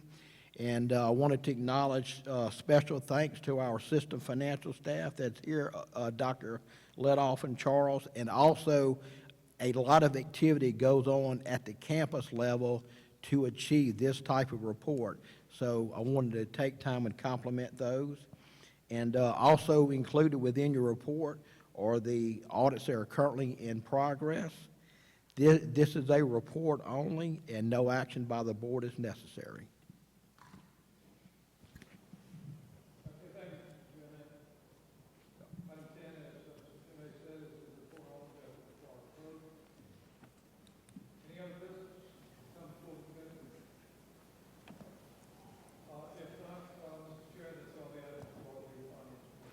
Thank you, Mr. Kitchen. At this time, Mr. Robinson will address items under the Personnel Committee.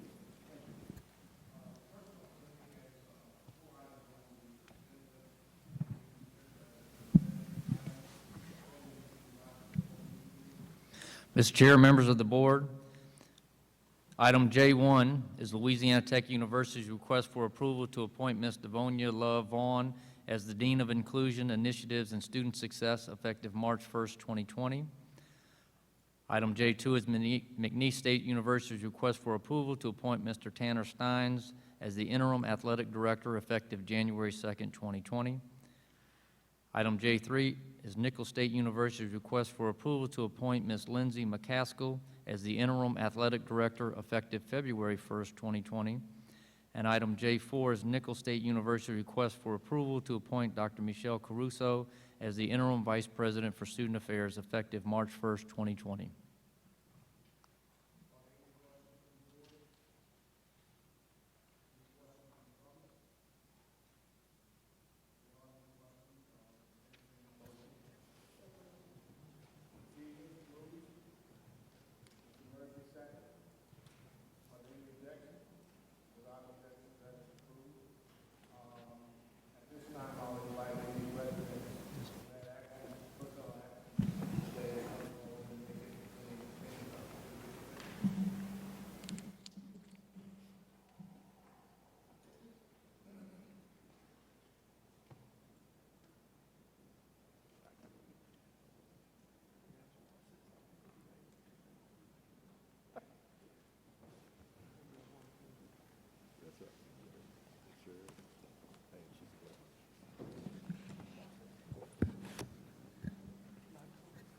Members of the board, Chair, thank you for approving my recommendation for naming Devonia as Dean of Inclusion Initiatives and Student Success. Devonia has been at Louisiana Tech since 2016, April of 2016, and has had a very positive impact on our diversity, equity, and inclusion initiatives. I include her as a member of our leadership team. She actually comes into each of our meetings. We have an agenda item where she's able to talk about these issues with all of our deans and vice presidents. She has bachelor's degrees in social work and a master's degree from the University of Kentucky. She's had 2 decades of experience of social work in public, private, academic organizations all across the country.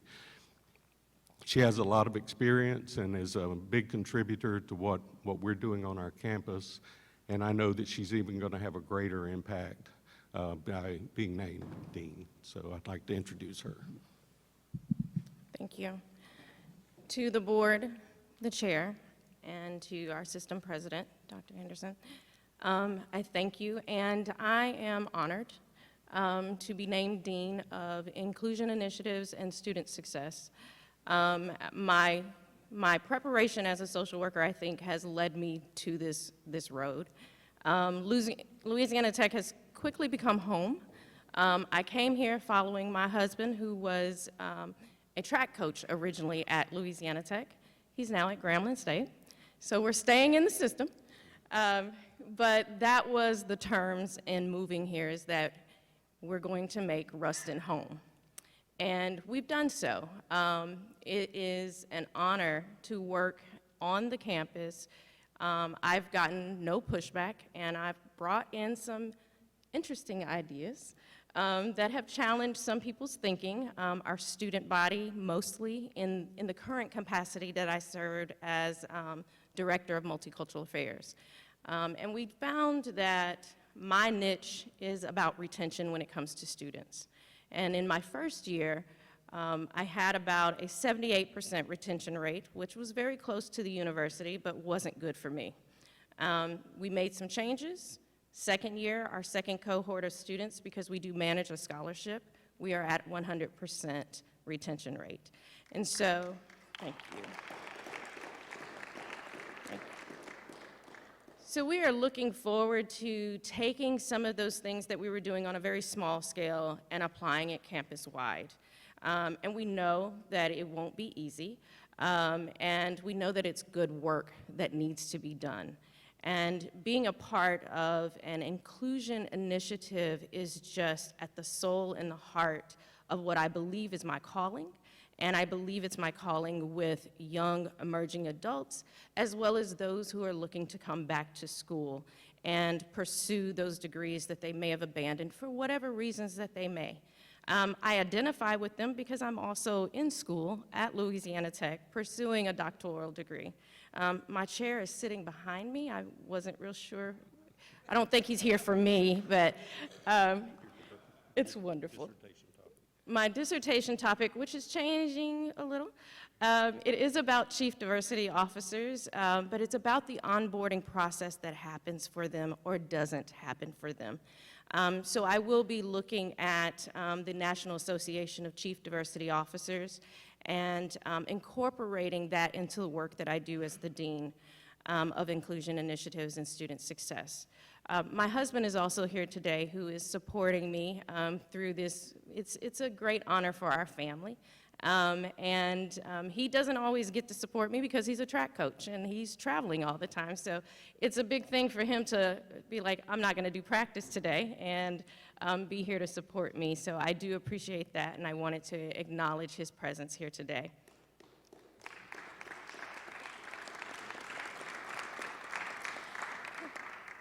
We are going to keep it in the family. Our daughter will stay in the system.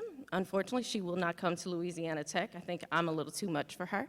But she is going to go to Grambling State University in the fall as a nursing student. And so we are excited about our commitment to Louisiana, our commitment to the UL system, and we are hoping that we can model that for every student that we come in contact with, and that our daughter can carry on our legacy that we are slowly building for her as we move along professionally. So I thank you again. Dr. Geis, I am so appreciative of your confidence in me, and I promise you I will do nothing but make you look good. That's not what I meant. Thank you. Thank you. Just briefly, I do want to add that she's a successful alumnus of the UL System Management and Leadership Institute and has been doing Leadership Institute work for us at Louisiana Tech since that time. So, thank you. Okay. Okay, thank you. Thank you. I just saw Dr. Geis. I just want to say what a intelligent and great leadership move you did by selecting such a qualified person to have this very, very important position, as well as a husband is at Grambling doing some great work there. I just think that's a wonderful, great move there. And Dr. Henderson, my understanding is now just about every school in the system, now has somebody of authority and importance and qualifications like the lady here relative to each one of the schools. And I just think that that's tremendous progress for our system as we attempt to continue to wax on the world stage and having qualified diversity. That statistic is phenomenal statistic, so that's a lot to be proud of. And I just want to thank and congratulate the board and your leadership and the leadership of various presidents on making such a quantum leap in our system towards sustained progress in this area.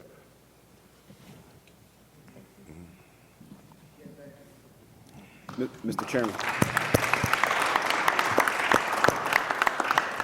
Mr. Chairman, if I may, I would like to point out Dr. Michelle Caruso from Nichols State wanted to be here today, but she is ill. And so we thank her for staying home, but we also thank her and congratulate her for moving up. And I'd also like to point out to the board members that 3 of the 4 that you just approved today are graduates of the Management and Leadership Institute that you helped create. And I think that's a tribute to Caprice Ayub and her work and the work of that and the success of that program.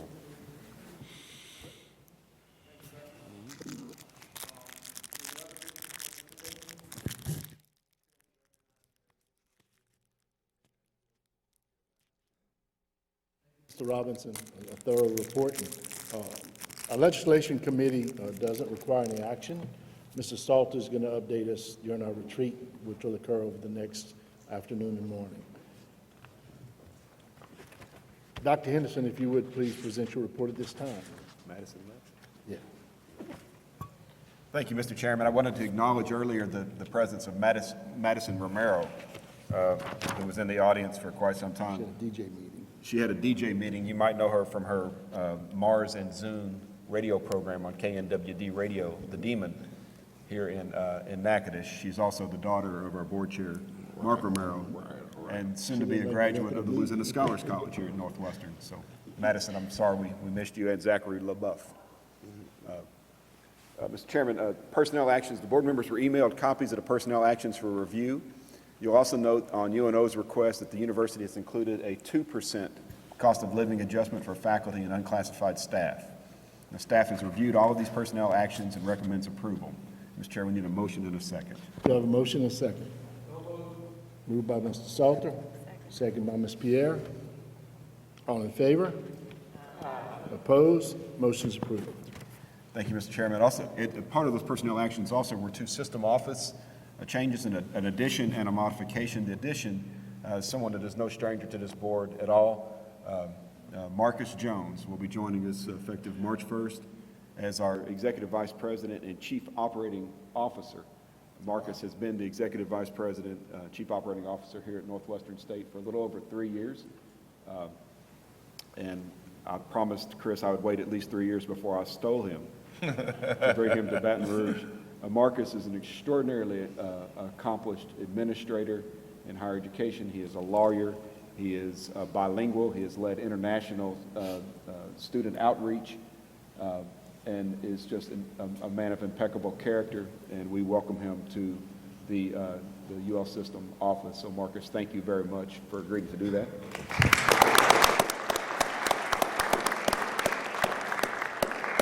I will notice I felt a distinctive chill on campus when I arrived this morning, and it was unusual. It wasn't the warmth I'm used to. In addition, Kami Geisman, who has been our Vice President for Marketing and Communications, has picked up, she will be in charge of our legislative relations, be our liaison for our campuses, and has already been doing that work since the untimely passing of Ashley Mitchell Carter. And so Kami's new title will be Vice President for External Affairs. And Kami, thank you for doing an extraordinary job in both of those positions.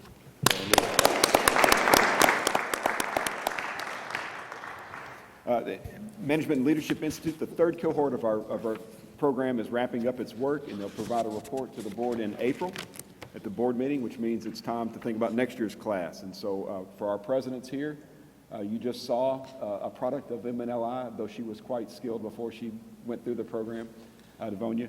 But your nominations for next year's Management Leadership Program are open, and we would like your faculty and staff nominations to Caprice at your earliest convenience. Erica will be providing an update to us at the retreat on a number of activities that she has been involved with this year. I will tell you we've already gotten about a year's worth of work out of Erica, and we're only in February, so Erica will be providing that to us. As you know, one of our most important roles of the board is selecting presidents. It's probably the most important thing we do. And in January, President Bruno announced his plan to retire at the end of the fiscal year. Since we've last met, Chair Romero has named a search committee and scheduled the first meeting of that body for March 11th. A copy of the search committee membership has been placed in your folders along with a tentative timeline. During our system conference and on subsequent trips to the area, I've had the opportunity to engage with various constituencies to answer questions about how the system conducts searches. In fact, last week, Supervisor Pierre and Supervisor Murphy joined me in meetings with the West Monroe Business Alliance and the Monroe Chamber to have just conversations about what our process looks like. During our board retreat, I understand there are some newer board members who are also unfamiliar with our process, and we'll go into great detail. Erica Calais, who helps coordinate those processes, will be giving an overview of that to the board as well. There's a lot of excitement. There's also a lot of trepidation. Anytime you lose a president of the status of Nick Bruno, it is a scary proposition. Change is scary at all times. But at the same time, there's also excitement and the foundation that he has built at UL Monroe will allow the next president to continue to build, continue momentum, and grow that institution towards its potential. Let's see. Coronavirus has been in the news. I know that you've seen that. There's a lot of information. There is probably twice as much misinformation about coronavirus. I want the board to know that we are engaging with our campuses in all levels because it has impacts on student health, it has impacts on faculty and staff health, it has impacts on communications. And so CAMI has been our single point of coordination, but it cuts across our executive team and, of course, our campus teams. As this situation evolves, it'll be time for us to take action. But for those aspects of it that we can do now in terms of communications, in terms of coordination, in terms of planning, and you think about all the possible things that could happen, whether it be a faculty member that needs to stay home. Are we making provisions for that faculty member to teach from home? Students that are in-person classes that may need online classes. Are we preparing to accommodate the students in online classes? Unfortunately, we've had significant experience in a very similar circumstance with Hurricane Katrina, as it displaced so many students and so many faculty and staff. We've had different situations arise where we've had to respond very quickly. So we are planning, I think we're planning ahead of time so that we're not reacting, right? And we'll be ready as the circumstance warrants. But I want to thank the presidents for being very proactive in this as well. So shifting gears to a policy and procedure manual update. With the development of Compete Louisiana, our system office has identified several barriers to reentry, and as those barriers are recognized, we are evaluating our policies and practices in hope of reducing the frustration of re-enrollment for adult learners. One is an inability to secure official transcripts from previously attended institutions. We've seen this repeatedly. In your folders, you'll see a copy of a revised policy and procedure memorandum regarding students with debt policy. The revised language will allow students who are current in debt payments to procure official transcripts for re-enrollment. This is for your information only and does not require board approval. You'll get an in-depth update on Compete Louisiana tomorrow, but I wanted to share, actually we're going to save that for tomorrow as well. You're going to get a great update and a great video tomorrow from Compete Louisiana, and I think you'll enjoy that. Also, we do have a Compete Louisiana item for your approval. Another significant barrier is the cost of re-enrollment. For this adult population, we're competing with mortgages, car notes, family needs, and other financial obligations. In order to ease that financial burden, we have engaged the presidents and their universities to support a pricing model specific to the Compete Louisiana population. Louisiana residents who have stopped out for at least 2 years. In your folders, you'll find an executive summary and background information, and I'd like to invite Katie Barris to the table to provide a very brief description with more information. Thank you so much. Really appreciate this. Since we have kicked off Compete Louisiana, we have just over 1,600 prospective students that we've been engaging with in the last really 11 months. And what's frequently shared with the coaches and with the campuses is cost is the greatest inhibitor to these students returning.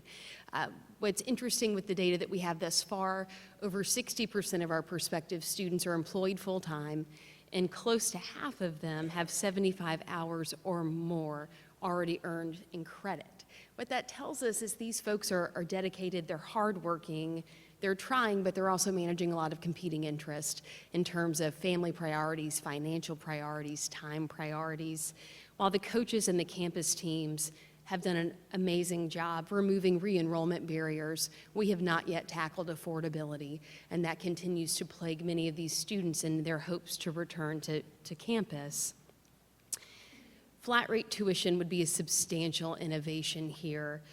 It would, first of all, make all 9 of our campuses competitive with each other. It also makes us more competitive both in-state, regionally, and nationally, because as we've learned from working with these students, they're not just shopping our system schools, they're shopping Southern New Hampshire, they're shopping Grand Canyon. That's very common. Another tremendous opportunity with flat rate tuition is the ability to have transparent and firm pricing so that we can engage more meaningfully with business and industry. What we've heard from business and industry is they're very concerned about talent development.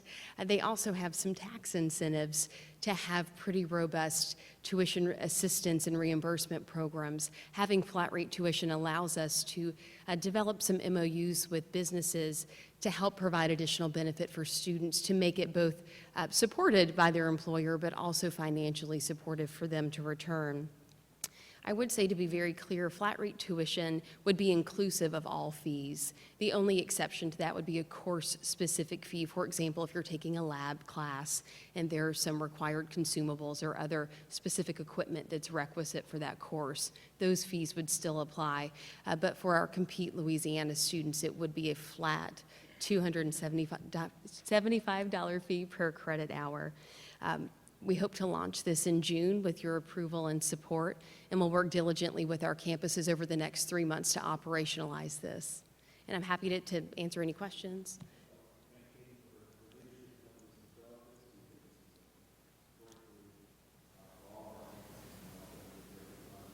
In order to make this a reality, we would need a motion and a second to approve this resolution. Can I have a motion and a second? Moved by Ms. Laudiger, second by Mr. Kitchen. Any discussion? All in favor? One discussion. I'm going to vote in favor, but I did have a question. In any of y'all's efforts, have y'all identified any companies that have matching dollars already?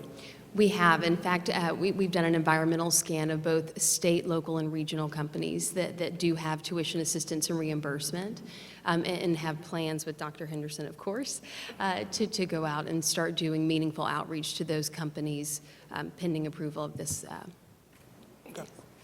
And now, one of the reasons why we didn't do the outreach first was because to bring them to the table and still have the barriers would have done us a disservice. Knocking down the barriers was requisite to that. I told you I'm going to vote for you. Any other discussion? All in favor? Opposed? Motion carries. Thank you, Katie. Thank you, Katie. Mr. Chairman, that concludes my report. Thank you, Dr. Henderson.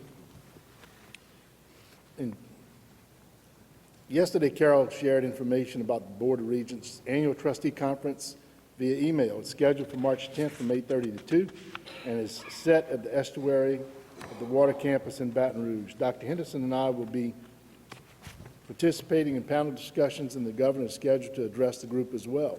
This is a great professional development opportunity and a time to network with other board members of other systems. If you plan to attend, please RSVP to the Board of Regents using the link that was included in Carol's correspondence. The deadline to register is next Friday, March the 6th. Moving to commencements this winter and spring will be here before you know it. I'd like to encourage fellow board members to attend at least one ceremony this spring to celebrate our students' many accomplishments. Again, I think this is a significant responsibility for our board.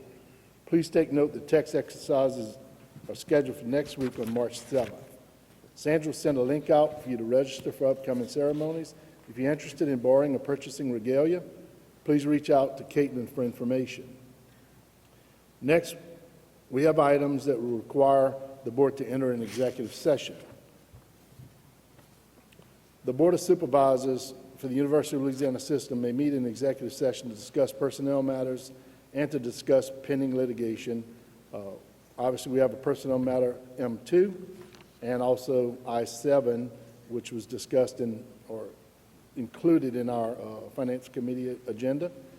And it's a request by the University of Louisiana at Lafayette under the provisions of Louisiana Revised Statute 4217. While in executive session, the board may not make any motions or take any votes. May I have a motion and a second to go into executive session? Moved by Mr. Salter, second by Ms. Laudiger. Carol, if you would, please call roll. Mr. James Carter? Here. Yes? I'm sorry, yes. Okay. Dr. Jimmy Clark? Mr. Edward Crawford? Yes. Ms. Lola Donahoe? Dr. Pamela Egan? Mr. Tom Kitchen? Ms. Rachel Laudiger? Ms. Mimi Methvin? Mr. Sean Murphy? Mr. Al Perkins? Ms. Elizabeth Pierre? Mr. Virgil Robinson? Mr. Mark Romero? Yes. Ms. Christine Russell? Mr. Joe Salter? It's unanimous. Thank you. The board will now adjourn to executive session. No. Are we going this way? Yes. I just want to add my personal note of thanks. And this will be short, but I grew up in Alexandria, but I spent a lot of time in Natchitoches. My grandparents lived here, my mother had grown up here, and generations of my family attended Louisiana State Normal School and Northwestern. My great-grandmother graduated as valedictorian in 1893. She was a teacher after that, and she was for many decades editor of the Natchitoches Times. My mom graduated in voice and piano here in 1949. And so when the chamber choir came out and did this incredibly stunning and moving performance, and we learned about their accomplishments and the reputation that they have gained, it really made me reflect on how a single university, a single institution of higher education can so influence, families for generations. And my son became a musician partly because he was influenced by my mother. And so it was with great gratitude that, that we were able to be here. So grateful that you're hosting it. And Dr. Maggio, thank you for arranging the performance. It was stunning. And I'm sure everyone on the board joins me in thanking you for that. Maybe. Supervisor Methvin, I thank you for that. And board members, if you look outside this door, you'll have time to see this later. You'll see 3 columns that rise up on the hill, on Normal Hill. That is the oldest permanently dedicated site to higher education that exists in the state of Louisiana. So this is hallowed ground. And my membership in the Northwestern State Alumni Association would be revoked if I did not mention that 1893 was before Louisiana Tech was even open. My apologies to Dr. Geis. So, thank you very much. We will proceed to executive session on that note.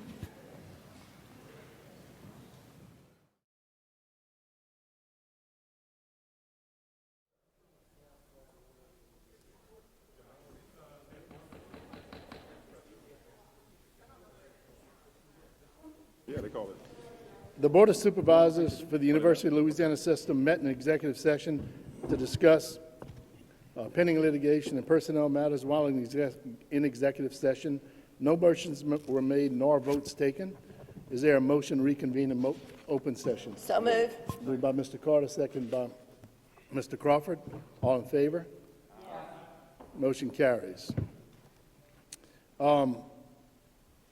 There was discussions in our meeting, and if I would, potentially Tom has a motion for item I-7.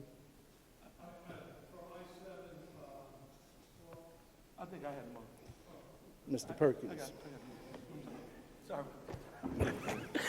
Now therefore be resolved that the president of the University of Louisiana in Lafayette be authorized to take any and all appropriate actions, including but not limited to mediation and litigation against Rely on New Tech USA, LLC, FKA Alfred Safety Services, LLC, arising from the cooperative endeavor agreement between the board and Alfred Safety Service, LLC, for and on behalf of the board, under the direction of the board's general counsel.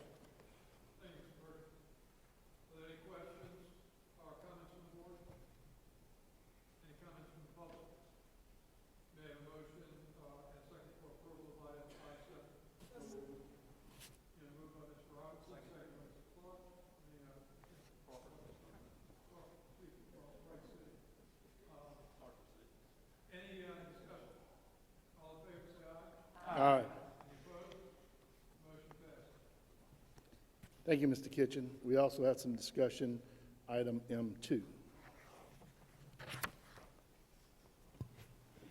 Mr. Carter. If I could have a motion for item M2. Okay. Mr. Carter. So move that the board chair is authorized to negotiate the system president's contract adjustments, including but not limited to salary, housing, and automobile. We have a motion by Mr. Carter. Do we have a second? Second by Ms. Pierre. Any discussion? All in favor? Motion carries. Our next regular board meeting is scheduled for Thursday, April 23rd in Baton Rouge. We also hope to see you at the UL System Day at the Capitol on March 31st. So let's make it a big day, guys. Again, we heartily thank Dr. Maggio for opening his campus up to us today for our meeting and the retreat that follows this afternoon and tomorrow morning. We appreciate all the hard work that goes into hosting such committees and know that our staff is going to make it a very enjoyable experience and a very fulfilling and rewarding one. Is there any further business to come before the board at this time? If not, may I have a motion to adjourn? Moved by Ms. Russell, second by Mr. Carter. All in favor? Aye. We stand adjourned.